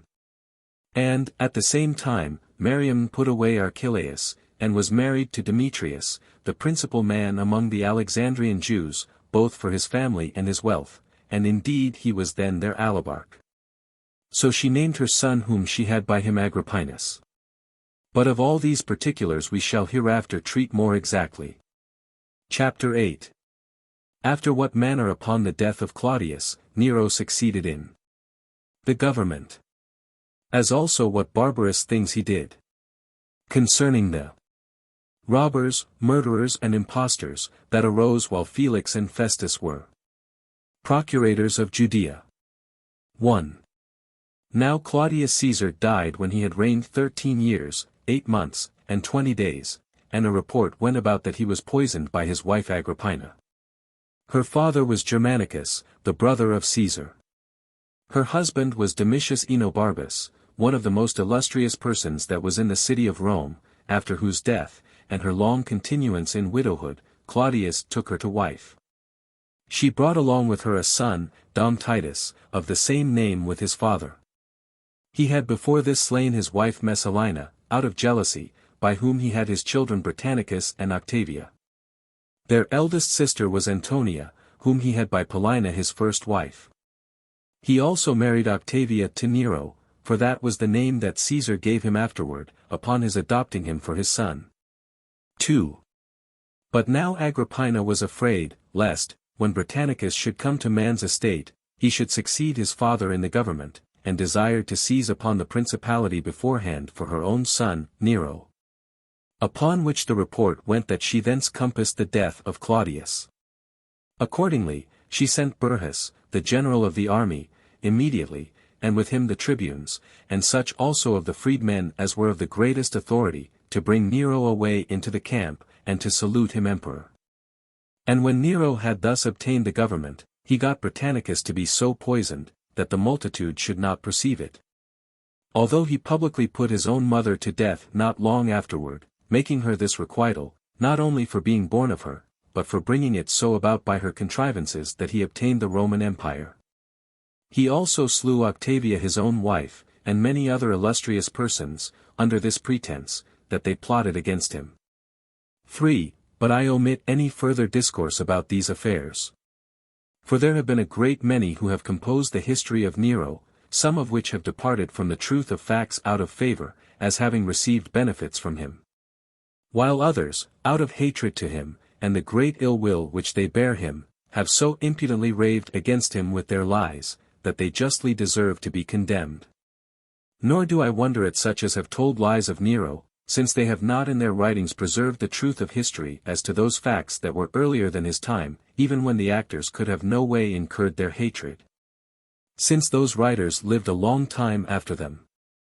But as to those that have no regard to truth, they may write as they please. For in that they take delight, but as to ourselves, who have made truth our direct aim, we shall briefly touch upon what only belongs remotely to this undertaking, but shall relate what hath happened to us Jews with great accuracy. And shall not grudge our pains in giving an account both of the calamities we have suffered, and of the crimes we have been guilty of. I will now therefore return to the relation of our own affairs. 4. For in the first year of the reign of Nero, upon the death of Azizus, king of Emesa, Seamus, his brother, succeeded in his kingdom, and Aristobulus, the son of Herod, king of Chalcis, was entrusted by Nero with the government of the Lesser Armenia. Caesar also bestowed on Agrippa a certain part of Galilee, Tiberias, and Tarichi, and ordered them to submit to his jurisdiction. He gave him also Julius, a city of Perea, with 14 villages that lay about it. 5. Now as for the affairs of the Jews, they grew worse and worse continually, for the country was again filled with robbers and impostors, who deluded the multitude. Yet did Felix catch and put to death many of those impostors every day, together with the robbers. He also caught Eleazar, the son of Dineas, who had gotten together a company of robbers, and this he did by treachery. For he gave him assurance that he should suffer no harm, and thereby persuaded him to come to him, but when he came, he bound him, and sent him to Rome. Felix also bore an ill will to Jonathan, the high priest, because he frequently gave him admonitions about governing the Jewish affairs better than he did, lest he should himself have complaints made of him by the multitude. Since he it was who had desired Caesar to send him as procurator of Judea. So Felix contrived a method whereby he might get rid of him, now he was become so continually troublesome to him, for such continual admonitions are grievous to those who are disposed to act unjustly. Wherefore Felix persuaded one of Jonathan's most faithful friends, a citizen of Jerusalem, whose name was Doris, to bring the robbers upon Jonathan, in order to kill him, and this he did by promising to give him a great deal of money for so doing. Doris complied with the proposal, and contrived matters so, that the robbers might murder him after the following manner. Certain of those robbers went up to the city, as if they were going to worship God. While they had daggers under their garments, and by thus mingling themselves among the multitude they slew Jonathan, and as this murder was never avenged, the robbers went up with the greatest security at the festivals after this time. And having weapons concealed in like manner as before, and mingling themselves among the multitude, they slew certain of their own enemies, and were subservient to other men for money. And slew others, not only in remote parts of the city, but in the temple itself also, for they had the boldness to murder men there, without thinking of the impiety of which they were guilty.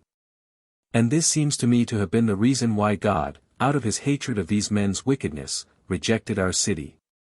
And as for the temple, he no longer esteemed it sufficiently pure for him to inhabit therein, but brought the Romans upon us, and threw a fire upon the city to purge it.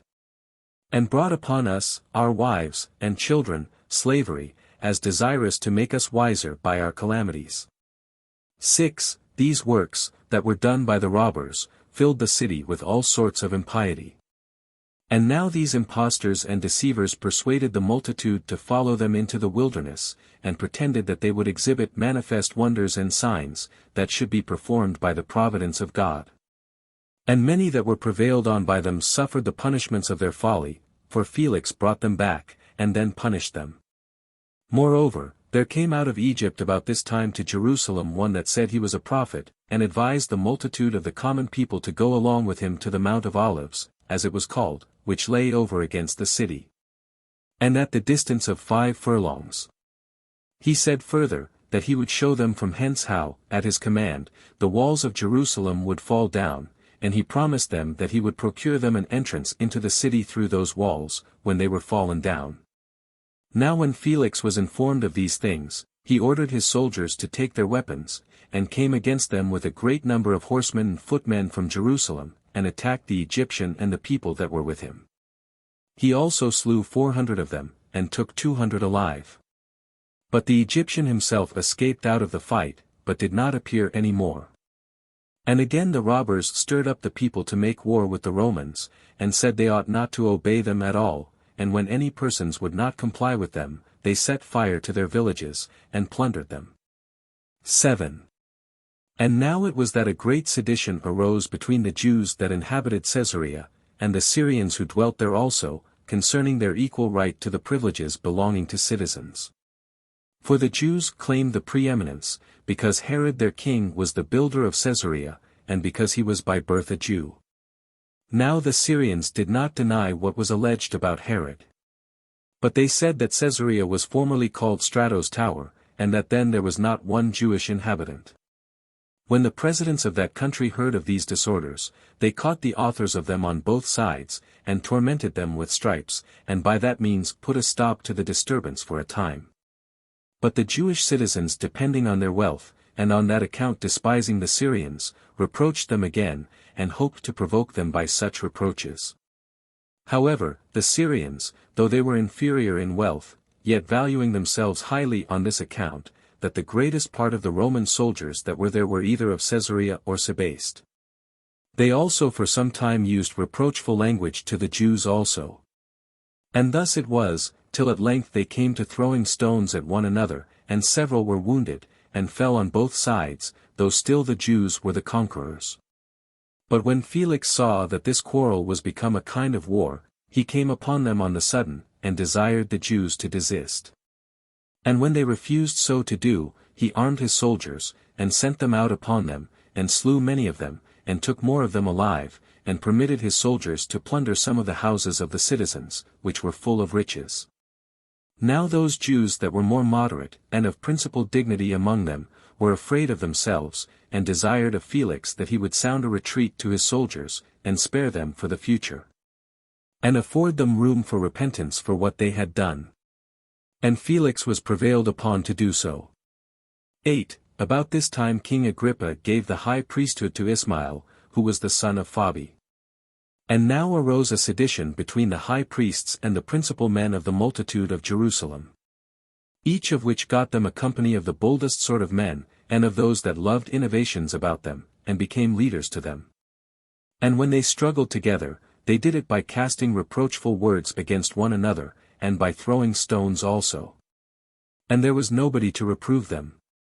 But these disorders were done after a licentious manner in the city, as if it had no government over it. And such was the impudence and boldness that had seized on the high priests, that they had the hardiness to send their servants into the threshing floors, to take away those tithes that were due to the priests. Insomuch that it so fell out that the poorest sort of the priests died for want. To this degree did the violence of the seditious prevail over all right and justice. 9. Now when Porcius Festus was sent as successor to Felix by Nero, the principal of the Jewish inhabitants of Caesarea went up to Rome to accuse Felix. And he had certainly been brought to punishment, unless Nero had yielded to the importunate solicitations of his brother Pallas, who was at that time had in the greatest honor by him. 2 of the principal Syrians in Caesarea persuaded Burrhus, who was Nero's tutor, and secretary for his Greek epistles, by giving him a great sum of money, to disannul that equality of the Jewish privileges of citizens which they hitherto enjoyed. So Burrhus, by his solicitations, obtained leave of the emperor that an epistle should be written to that purpose. This epistle became the occasion of the following miseries that befell our nation. For when the Jews of Caesarea were informed of the contents of this epistle to the Syrians, they were more disorderly than before, till a war was kindled. 10. Upon Festus's coming into Judea, it happened that Judea was afflicted by the robbers, while all the villages were set on fire, and plundered by them. And then it was that the Sicarii, as they were called, who were robbers, grew numerous. They made use of small swords, not much different in length from the Persian asinaki, but somewhat crooked, and like the Roman psychi, or sickles, as they were called, and from these weapons these robbers got their denomination. And with these weapons they slew a great many. For they mingled themselves among the multitude at their festivals, when they were come up in crowds from all parts to the city to worship God, as we said before, and easily slew those that they had a mind to slay. They also came frequently upon the villages belonging to their enemies, with their weapons, and plundered them, and set them on fire.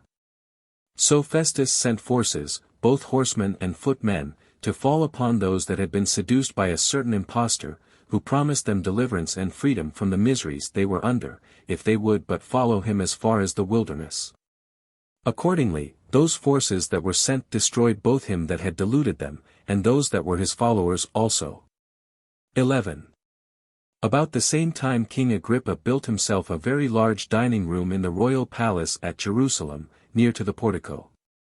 Now this palace had been erected of old by the children of Asamoneus and was situate upon an elevation, and afforded a most delightful prospect to those that had a mind to take a view of the city, which prospect was desired by the king. And there he could lie down, and eat, and thence observe what was done in the temple, which thing, when the chief men of Jerusalem saw, they were very much displeased at it. For it was not agreeable to the institutions of our country or law that what was done in the temple should be viewed by others, especially what belonged to the sacrifices. They therefore erected a wall upon the uppermost building which belonged to the inner court of the temple towards the west, which wall when it was built, did not only intercept the prospect of the dining room in the palace, but also of the western cloisters that belonged to the outer court of the temple also, where it was that the Romans kept guards for the temple at the festivals. At these doings both King Agrippa, and principally Festus the procurator, were much displeased, and Festus ordered them to pull the wall down again, but the Jews petitioned him to give them leave to send an embassage about this matter to Nero. For they said they could not endure to live if any part of the temple should be demolished. And when Festus had given them leave so to do, they sent 10 of their principal men to Nero, as also Ismael the high priest, and Helcias, the keeper of the sacred treasure. And when Nero had heard what they had to say, he not only forgave them what they had already done, but also gave them leave to let the wall they had built stand. This was granted them in order to gratify Poppaea, Nero's wife, who was a religious woman, and had requested these favors of Nero, and who gave order to the 10 ambassadors to go their way home, but retained Helcias and Ismael as hostages with herself. As soon as the king heard this news, he gave the high priesthood to Joseph, who was called Kabi, the son of Simon, formerly high priest. Chapter 9. Concerning Albinus, under whose procuratorship James was slain. As also what edifices were built by Agrippa. 1. And now Caesar, upon hearing the death of Festus, sent Albinus into Judea, as procurator. But the king deprived Joseph of the high priesthood, and bestowed the succession to that dignity on the son of Ananus, who was also himself called Ananus. Now the report goes that this eldest Ananus proved a most fortunate man. For he had 5 sons who had all performed the office of a high priest to God, and who had himself enjoyed that dignity a long time formerly, which had never happened to any other of our high priests. But this younger Ananus, who, as we have told you already, took the high priesthood, was a bold man in his temper, and very insolent. He was also of the sect of the Sadducees, who are very rigid in judging offenders, above all the rest of the Jews, as we have already observed. When, therefore, Ananus was of this disposition, he thought he had now a proper opportunity to exercise his authority. Festus was now dead, and Albinus was but upon the road. So he assembled the Sanhedrim of judges, and brought before them the brother of Jesus, who was called Christ, whose name was James, and some others, or some of his companions. And when he had formed an accusation against them as breakers of the law, he delivered them to be stoned.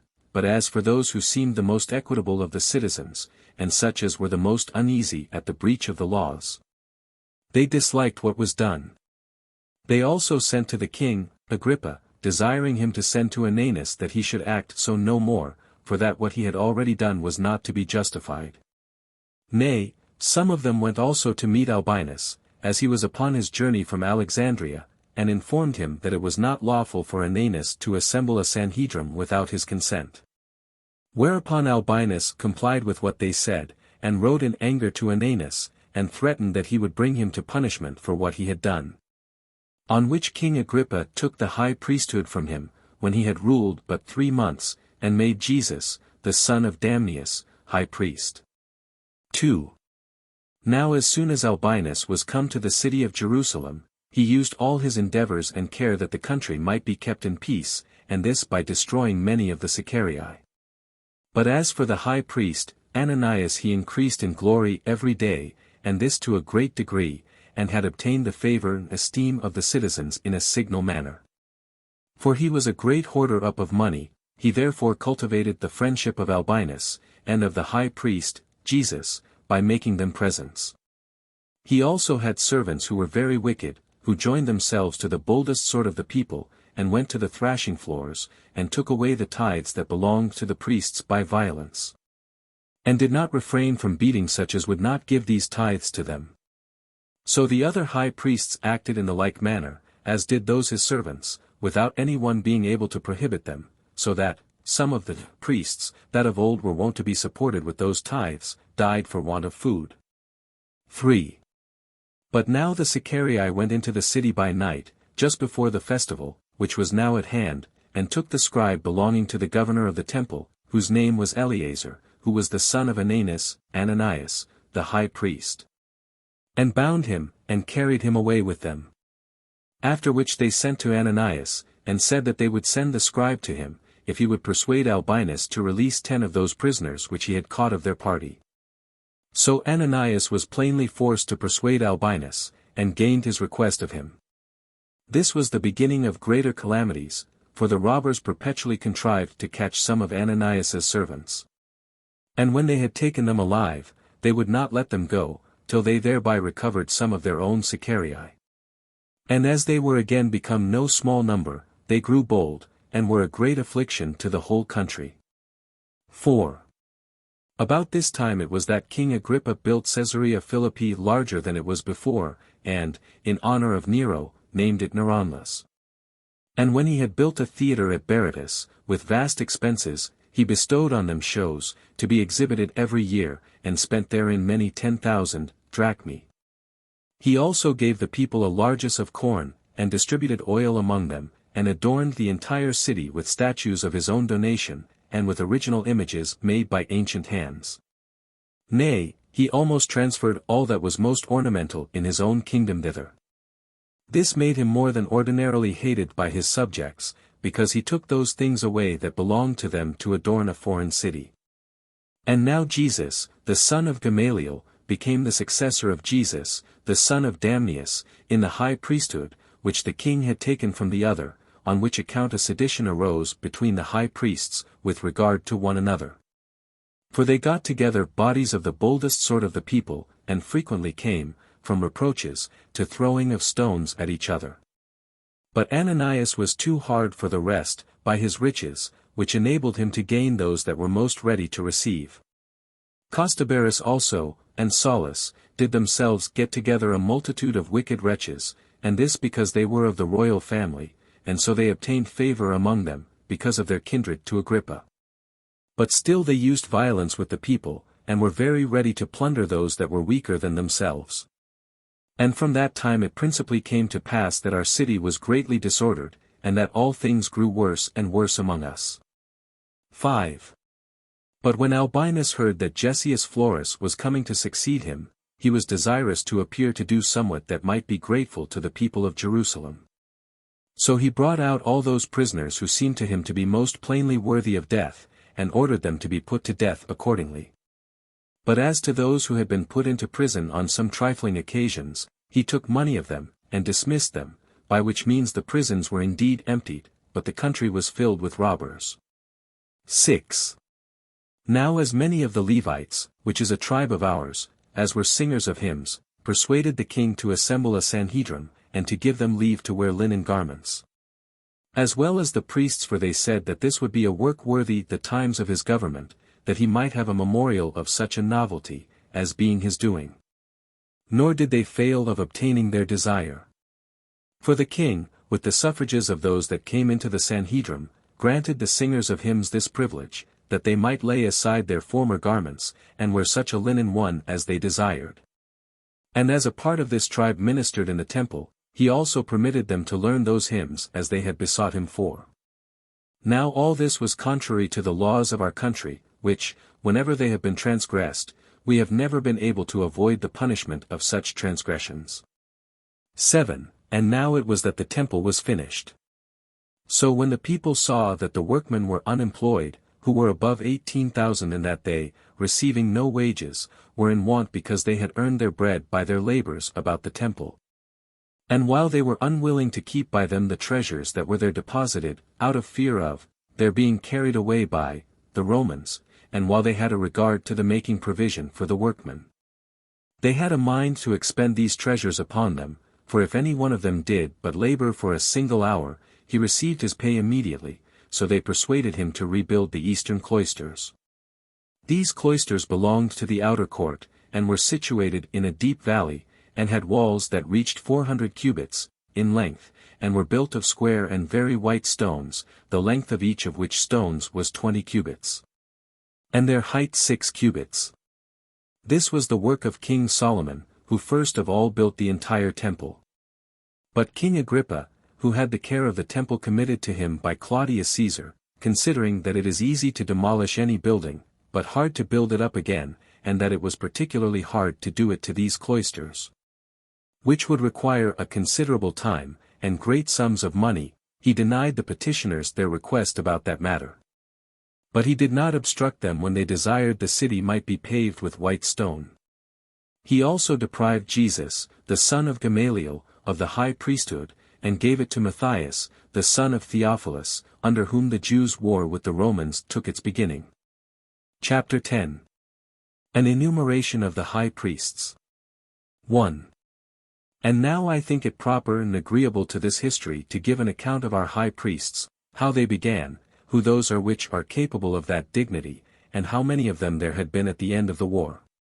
In the first place, therefore, history informs us that Aaron, the brother of Moses, officiated to God as a high priest, and that, after his death, his sons succeeded him immediately. And that this dignity hath been continued down from them all to their posterity. Whence it is a custom of our country, that no one should take the high priesthood of God but he who is of the blood of Aaron, while every one that is of another stock, though he were a king, can never obtain that high priesthood. Accordingly, the number of all the high priests from Aaron, of whom we have spoken already, as of the first of them, until Phanes, who was made high priest during the war by the seditious, was 83. Of whom 13 officiated as high priests in the wilderness, from the days of Moses, while the tabernacle was standing, until the people came into Judea, when King Solomon erected the temple to God. For at the first they held the high priesthood till the end of their life, although afterward they had successors while they were alive. Now these 13, who were the descendants of 2 of the sons of Aaron, received this dignity by succession, one after another. For their form of government was an aristocracy, and after that a monarchy, and in the third place the government was regal. Now the number of years during the rule of these 13, from the day when our fathers departed out of Egypt, under Moses their leader, until the building of that temple which King Solomon erected at Jerusalem, were 612. After those 13 high priests, 18 took the high priesthood at Jerusalem, one in succession to another, from the days of King Solomon, until Nebuchadnezzar, king of Babylon, made an expedition against that city, and burnt the temple. And removed our nation into Babylon, and then took Josedek, the high priest, captive. The times of these high priests were 466 years, 6 months, and 10 days, while the Jews were still under the regal government. But after the term of 70 years' captivity under the Babylonians, Cyrus, king of Persia, sent the Jews from Babylon to their own land again, and gave them leave to rebuild their temple. At which time Jesus, the son of Josedek, took the high priesthood over the captives when they were returned home. Now he and his posterity, who were in all 15, until King Antiochus Eupator, were under a democratical government for 414 years. And then the forementioned Antiochus, and Lysias the general of his army, deprived Onias, who was also called Menelaus, of the high priesthood, and slew him at Berea. And driving away the son of Onias III, put Jaimus into the place of the high priest, one that was indeed of the stock of Aaron, but not of that family of Onias. On which account Onias, who was the nephew of Onias that was dead, and bore the same name with his father, came into Egypt, and got into the friendship of Ptolemy Philometor, and Cleopatra his wife. And persuaded them to make him the high priest of that temple which he built to God in the prefecture of Heliopolis, and this in imitation of that at Jerusalem. But as for that temple which was built in Egypt, we have spoken of it frequently already. Now when Jasimus had retained the priesthood 3 years, he died, and there was no one that succeeded him, but the city continued 7 years without a high priest. But then the posterity of the sons of Asamoneus, who had the government of the nation conferred upon them, when they had beaten the Macedonians in war, appointed Jonathan to be their high priest, who ruled over them 7 years. And when he had been slain by the treacherous contrivance of Trypho, as we have related somewhere, Simon his brother took the high priesthood. And when he was destroyed at a feast by the treachery of his son-in-law, his own son, whose name was Hyrcanus, succeeded him, after he had held the high priesthood 1 year longer than his brother.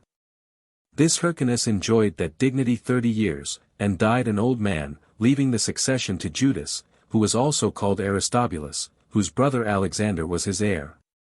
Which Judas died of a sore distemper, after he had kept the priesthood, together with the royal authority, for this Judas was the first that put on his head a diadem for 1 year.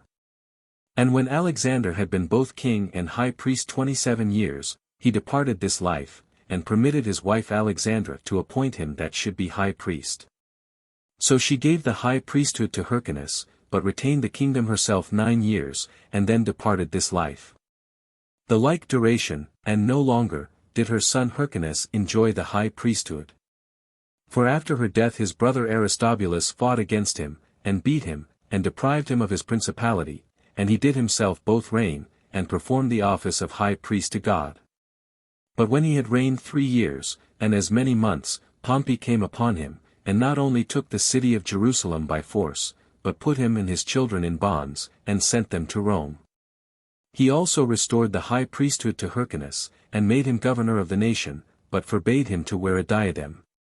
This Hyrcanus ruled, besides his first 9 years, 24 years more, when Barzapharnes and Pacorus, the generals of the Parthians, passed over Euphrates, and fought with Hyrcanus, and took him alive, and made Antigonus, the son of Aristobulus, king. And when he had reigned 3 years and 3 months, Sosius and Herod besieged him, and took him, when Antony had him brought to Antioch, and slain there. Herod was then made king by the Romans, but did no longer appoint high priests out of the family of Asamoneus, but made certain men to be so that were of no eminent families, but barely of those that were priests, excepting that he gave that dignity to Aristobulus. For when he had made this Aristobulus, the grandson of that Hyrcanus who was then taken by the Parthians, and had taken his sister Mariamne to wife, he thereby aimed to win the goodwill of the people, who had a kind remembrance of Hyrcanus, his grandfather. Yet did he afterward, out of his fear lest they should all bend their inclinations to Aristobulus, put him to death, and that by contriving how to have him suffocated as he was swimming at Jericho, as we have already related that matter.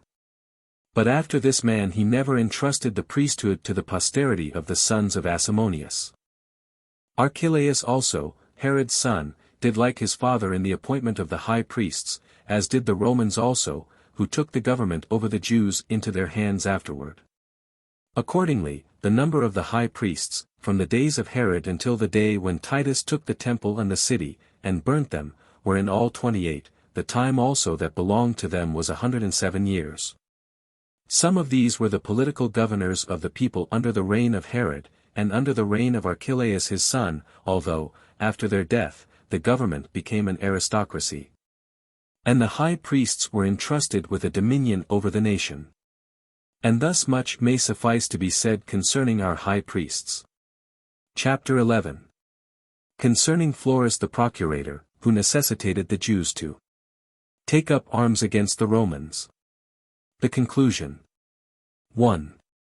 Now Gessius Florus, who was sent as successor to Albinus by Nero, filled Judea with abundance of miseries. He was by birth of the city of Clazamene, and brought along with him his wife Cleopatra, by whose friendship with Poppaea, Nero's wife, he obtained this government, who was no way different from him in wickedness.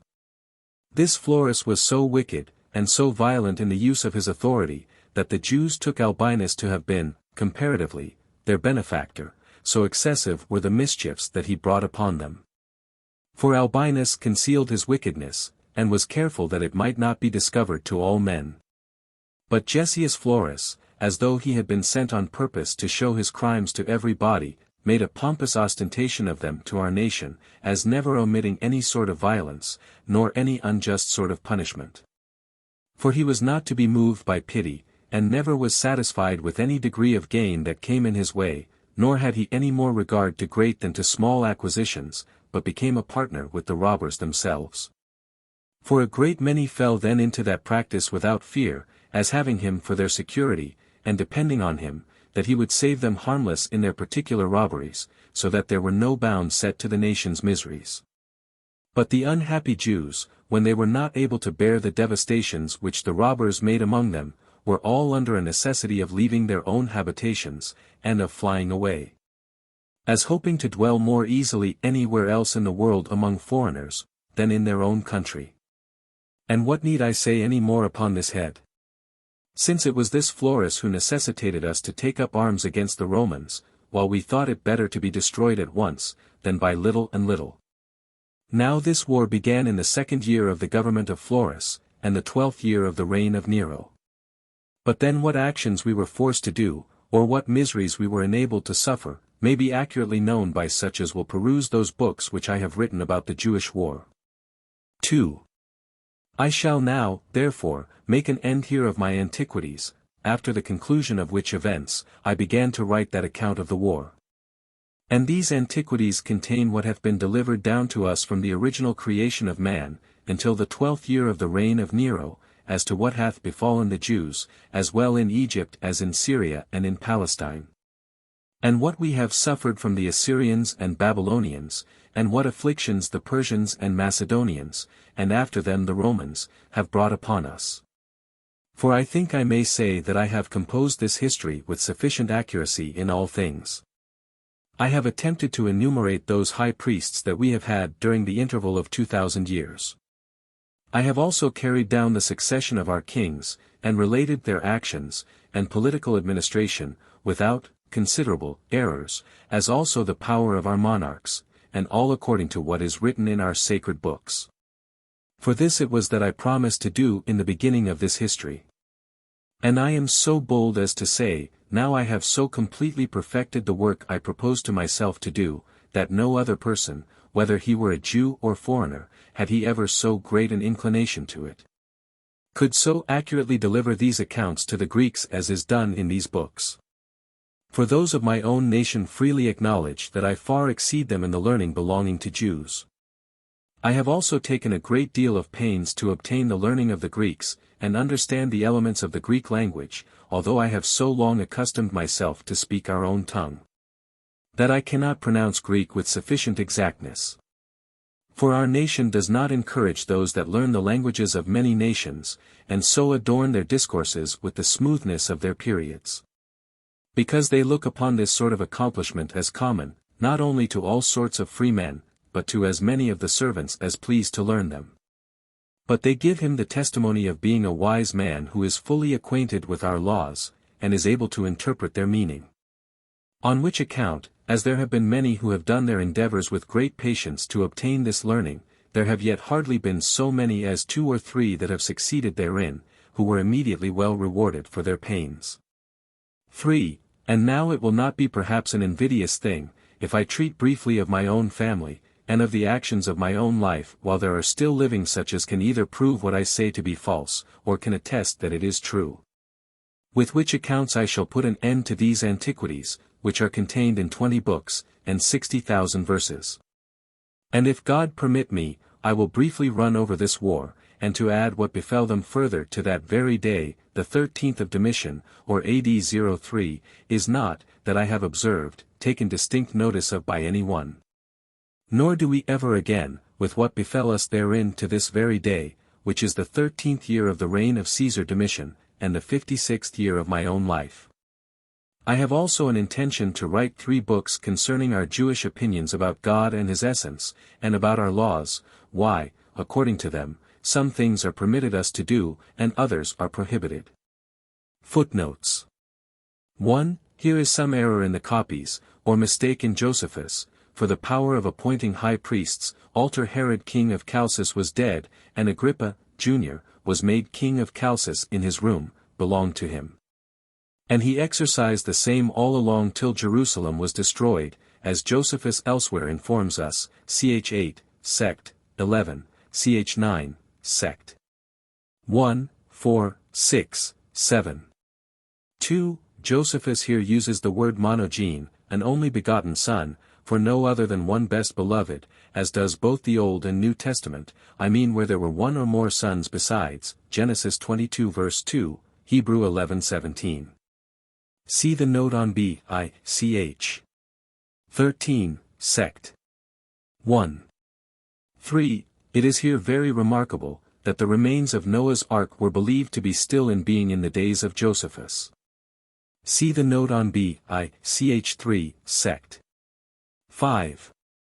4. Josephus is very full and express in these 3 chapters, 3, 4, and 5, in observing how carefully divine providence preserved this Isates, king of Adiabene, and his sons, while he did what he thought was his bounden duty, notwithstanding the strongest political motives to the contrary.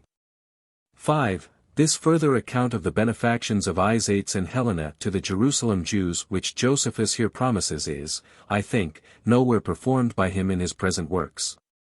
But of this terrible famine itself in Judea, take Dr. Hudson's note here. This, says he, is that famine foretold by Agabus, Acts 11 verse 28, which happened when Claudius was consul the 4th time. And not that other which happened when Claudius was consul the 2nd time, and Caecina was his colleague, as Scaliger says upon Eusebius, page 174. Now when Josephus had said a little afterward, ch. 5, sect. 2, that Tiberius Alexander succeeded Cuspius Fadus as procurator, he immediately subjoins, that under these procurators there happened a great famine in Judea. Whence it is plain that this famine continued for many years, on account of its duration under these 2 procurators. Now Fadus was not sent into Judea till after the death of King Agrippa, i.e. towards the latter end of the 4th year of Claudius. So that this famine foretold by Agabus happened upon the 5th, 6th, and 7th years of Claudius, as says Valesius on Euseb. 2:12. Of this famine also, and Queen Helena supplies, and her monument, see Moses Shurenensis, p. 144, 145, where it is observed in the notes that Pausanias mentions that her monument also. 6. This privilege of wearing the tiara upright, or with the tip of the cone erect, is known to have been of old peculiar to great kings, from Xenophon and others, as Dr. Hudson observes here. 7. This conduct of Isates is a sign that he was become either a Jew, or an Ebionite Christian, who indeed differed not much from proper Jews. See ch. 6, sect. 1. However, his supplications were heard, and he was providentially delivered from that imminent danger he was in.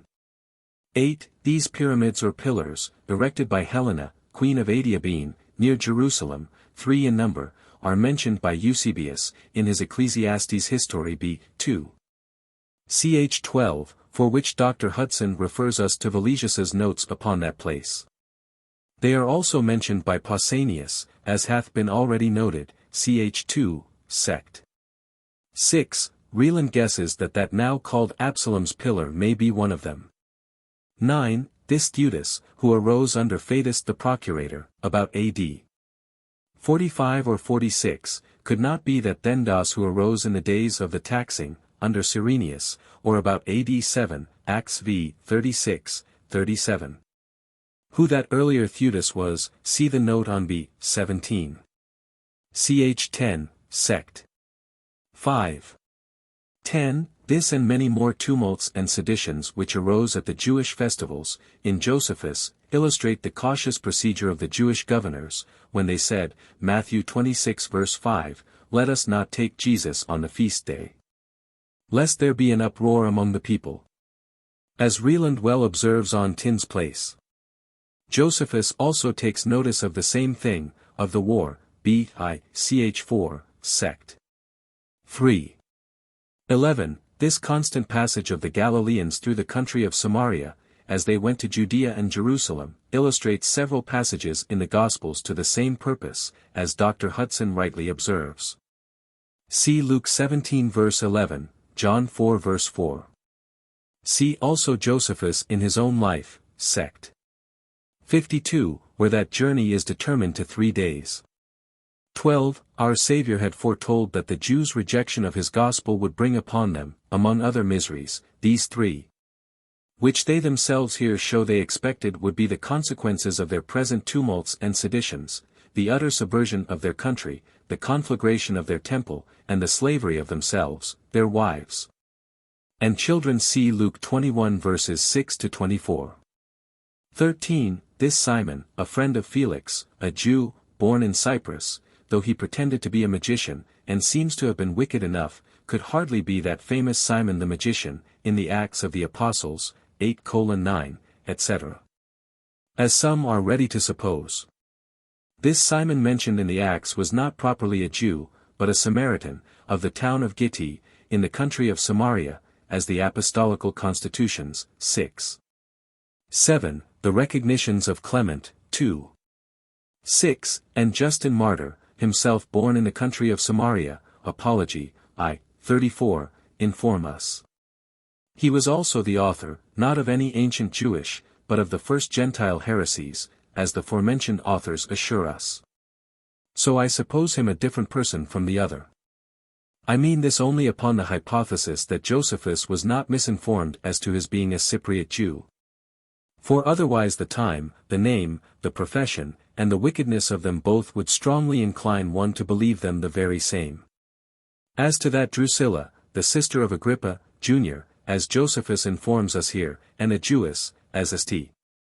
Luke informs us, Acts 24 verse 24, whom this Simon mentioned by Josephus persuaded to leave her former husband, Azizus, king of Emesa, a proselyte of Justice, and to marry Felix, the heathen procurator of Judea, Tacitus, History v.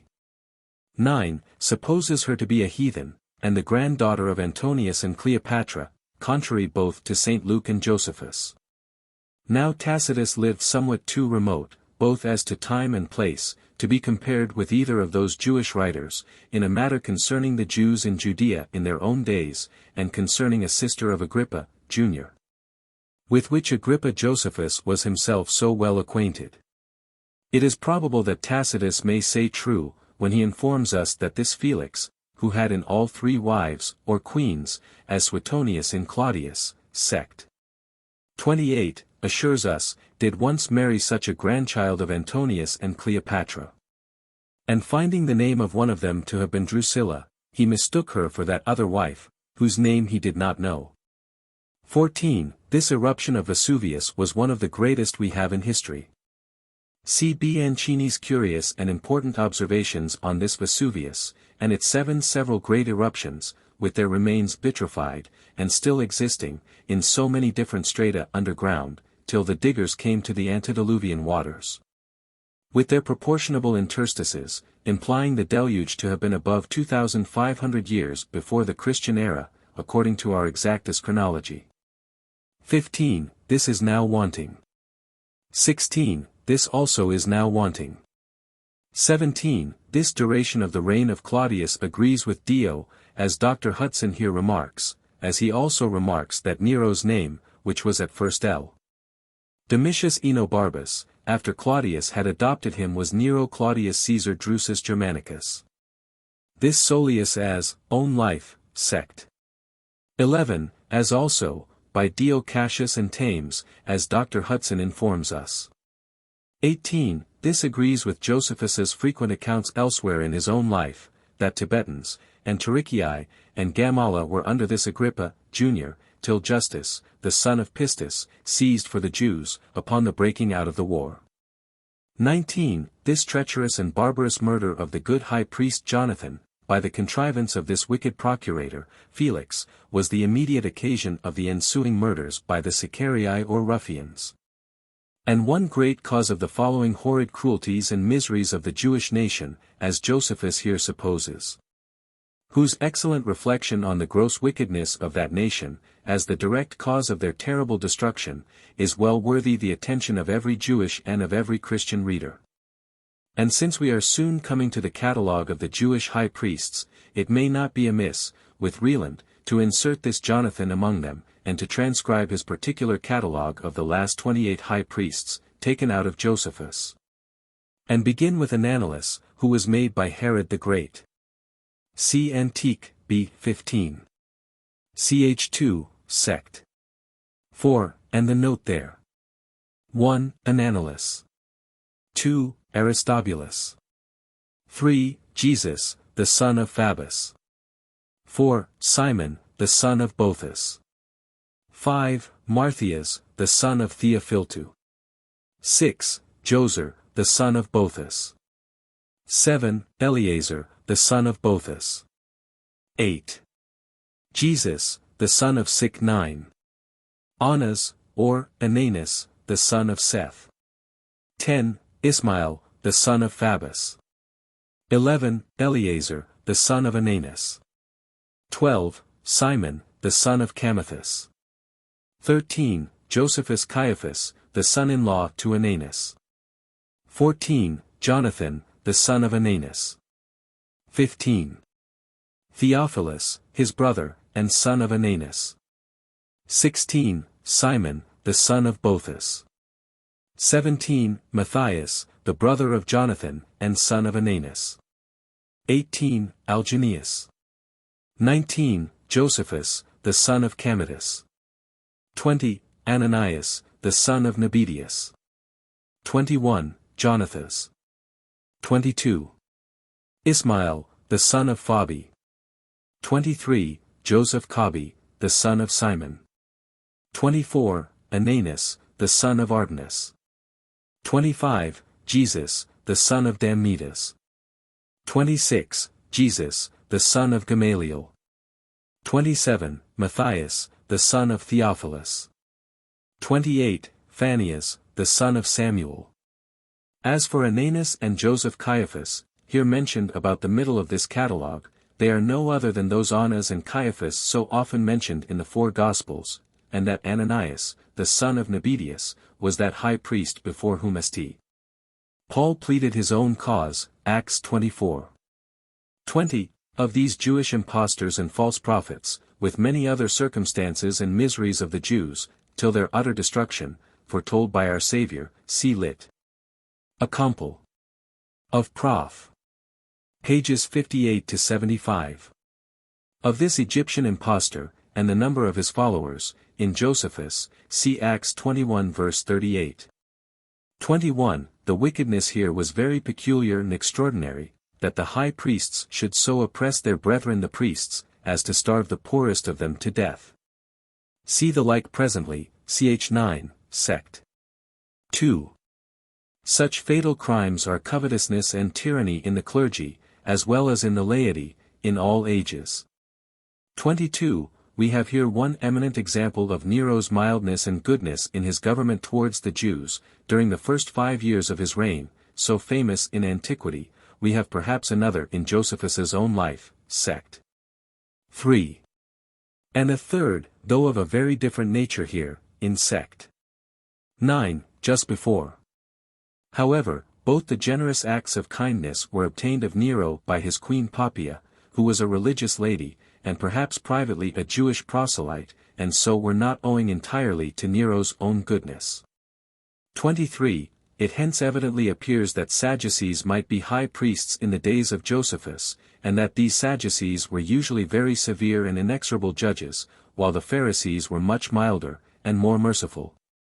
As appears by Rieland's instances in his note on this place, and on Josephus's life, sect. 31, and those taken from the New Testament, from Josephus himself, and from the rabbins, nor do we meet with any Sadducees later than this high priest in all Josephus. 24, of this condemnation of James the Just, and its causes, as also that he did not die till long afterwards, see Prim. Christ. Revived, Volume 3. Ch. 43-46. The Sanhedrim condemned our Savior, but could not put him to death without the approbation of the Roman procurator. Nor could therefore Ananias and his Sanhedrim do more here, since they never had Albinus's approbation for the putting this James to death.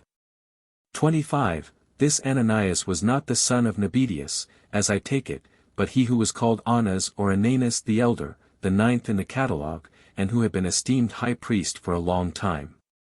And, besides Caiaphas, his son-in-law, had 5 of his own sons high priests after him, which were those of Numbers 11, 14, 15, 17, 24, in the foregoing catalogue. Nor ought we to pass slightly over what Josephus here says of Annas, or Ananias, that he was high priest a long time before his children were so. He was the son of Seth, and is set down first for high priest in the foregoing catalogue, under number 9. He was made by Quirinius, and continued till Ismael, the 10th in number, for about 23 years, which long duration of his high priesthood, joined to the successions of his son-in-law, and 5 children of his own, made him a sort of perpetual high priest, and was perhaps the occasion that former high priests kept their titles ever afterwards. For I believe it is hardly met with before him. 26. This insolent petition of some of the Levites, to wear the sacerdotal garments when they sung hymns to God in the temple, was very probably owing to the great depression and contempt the haughty high priests had now brought their brethren the priests into. Of which see Ch. 8, sect. 8, and Ch. 9, sect. 2. 27, of these cloisters of Solomon, see the description of the temple, Ch. 13. They seem, by Josephus's words, to have been built from the bottom of the valley. 28, see the life at the beginning of the volume. 29, what Josephus here declares his intention to do, if God permitted, to give the public again an abridgment of the Jewish war, hear of it elsewhere, whether he performed what he now intended or not. Some of the reasons of this design of his might possibly be, his observation of the many errors he had been guilty of in the 2 first of those 7 books of the war, which were written when he was comparatively young, and less acquainted with the Jewish antiquities than he now was, and in which abridgment we might have hoped to find those many passages which himself, as well as those several passages which others refer to, as written by him, but which are not extant in his present works.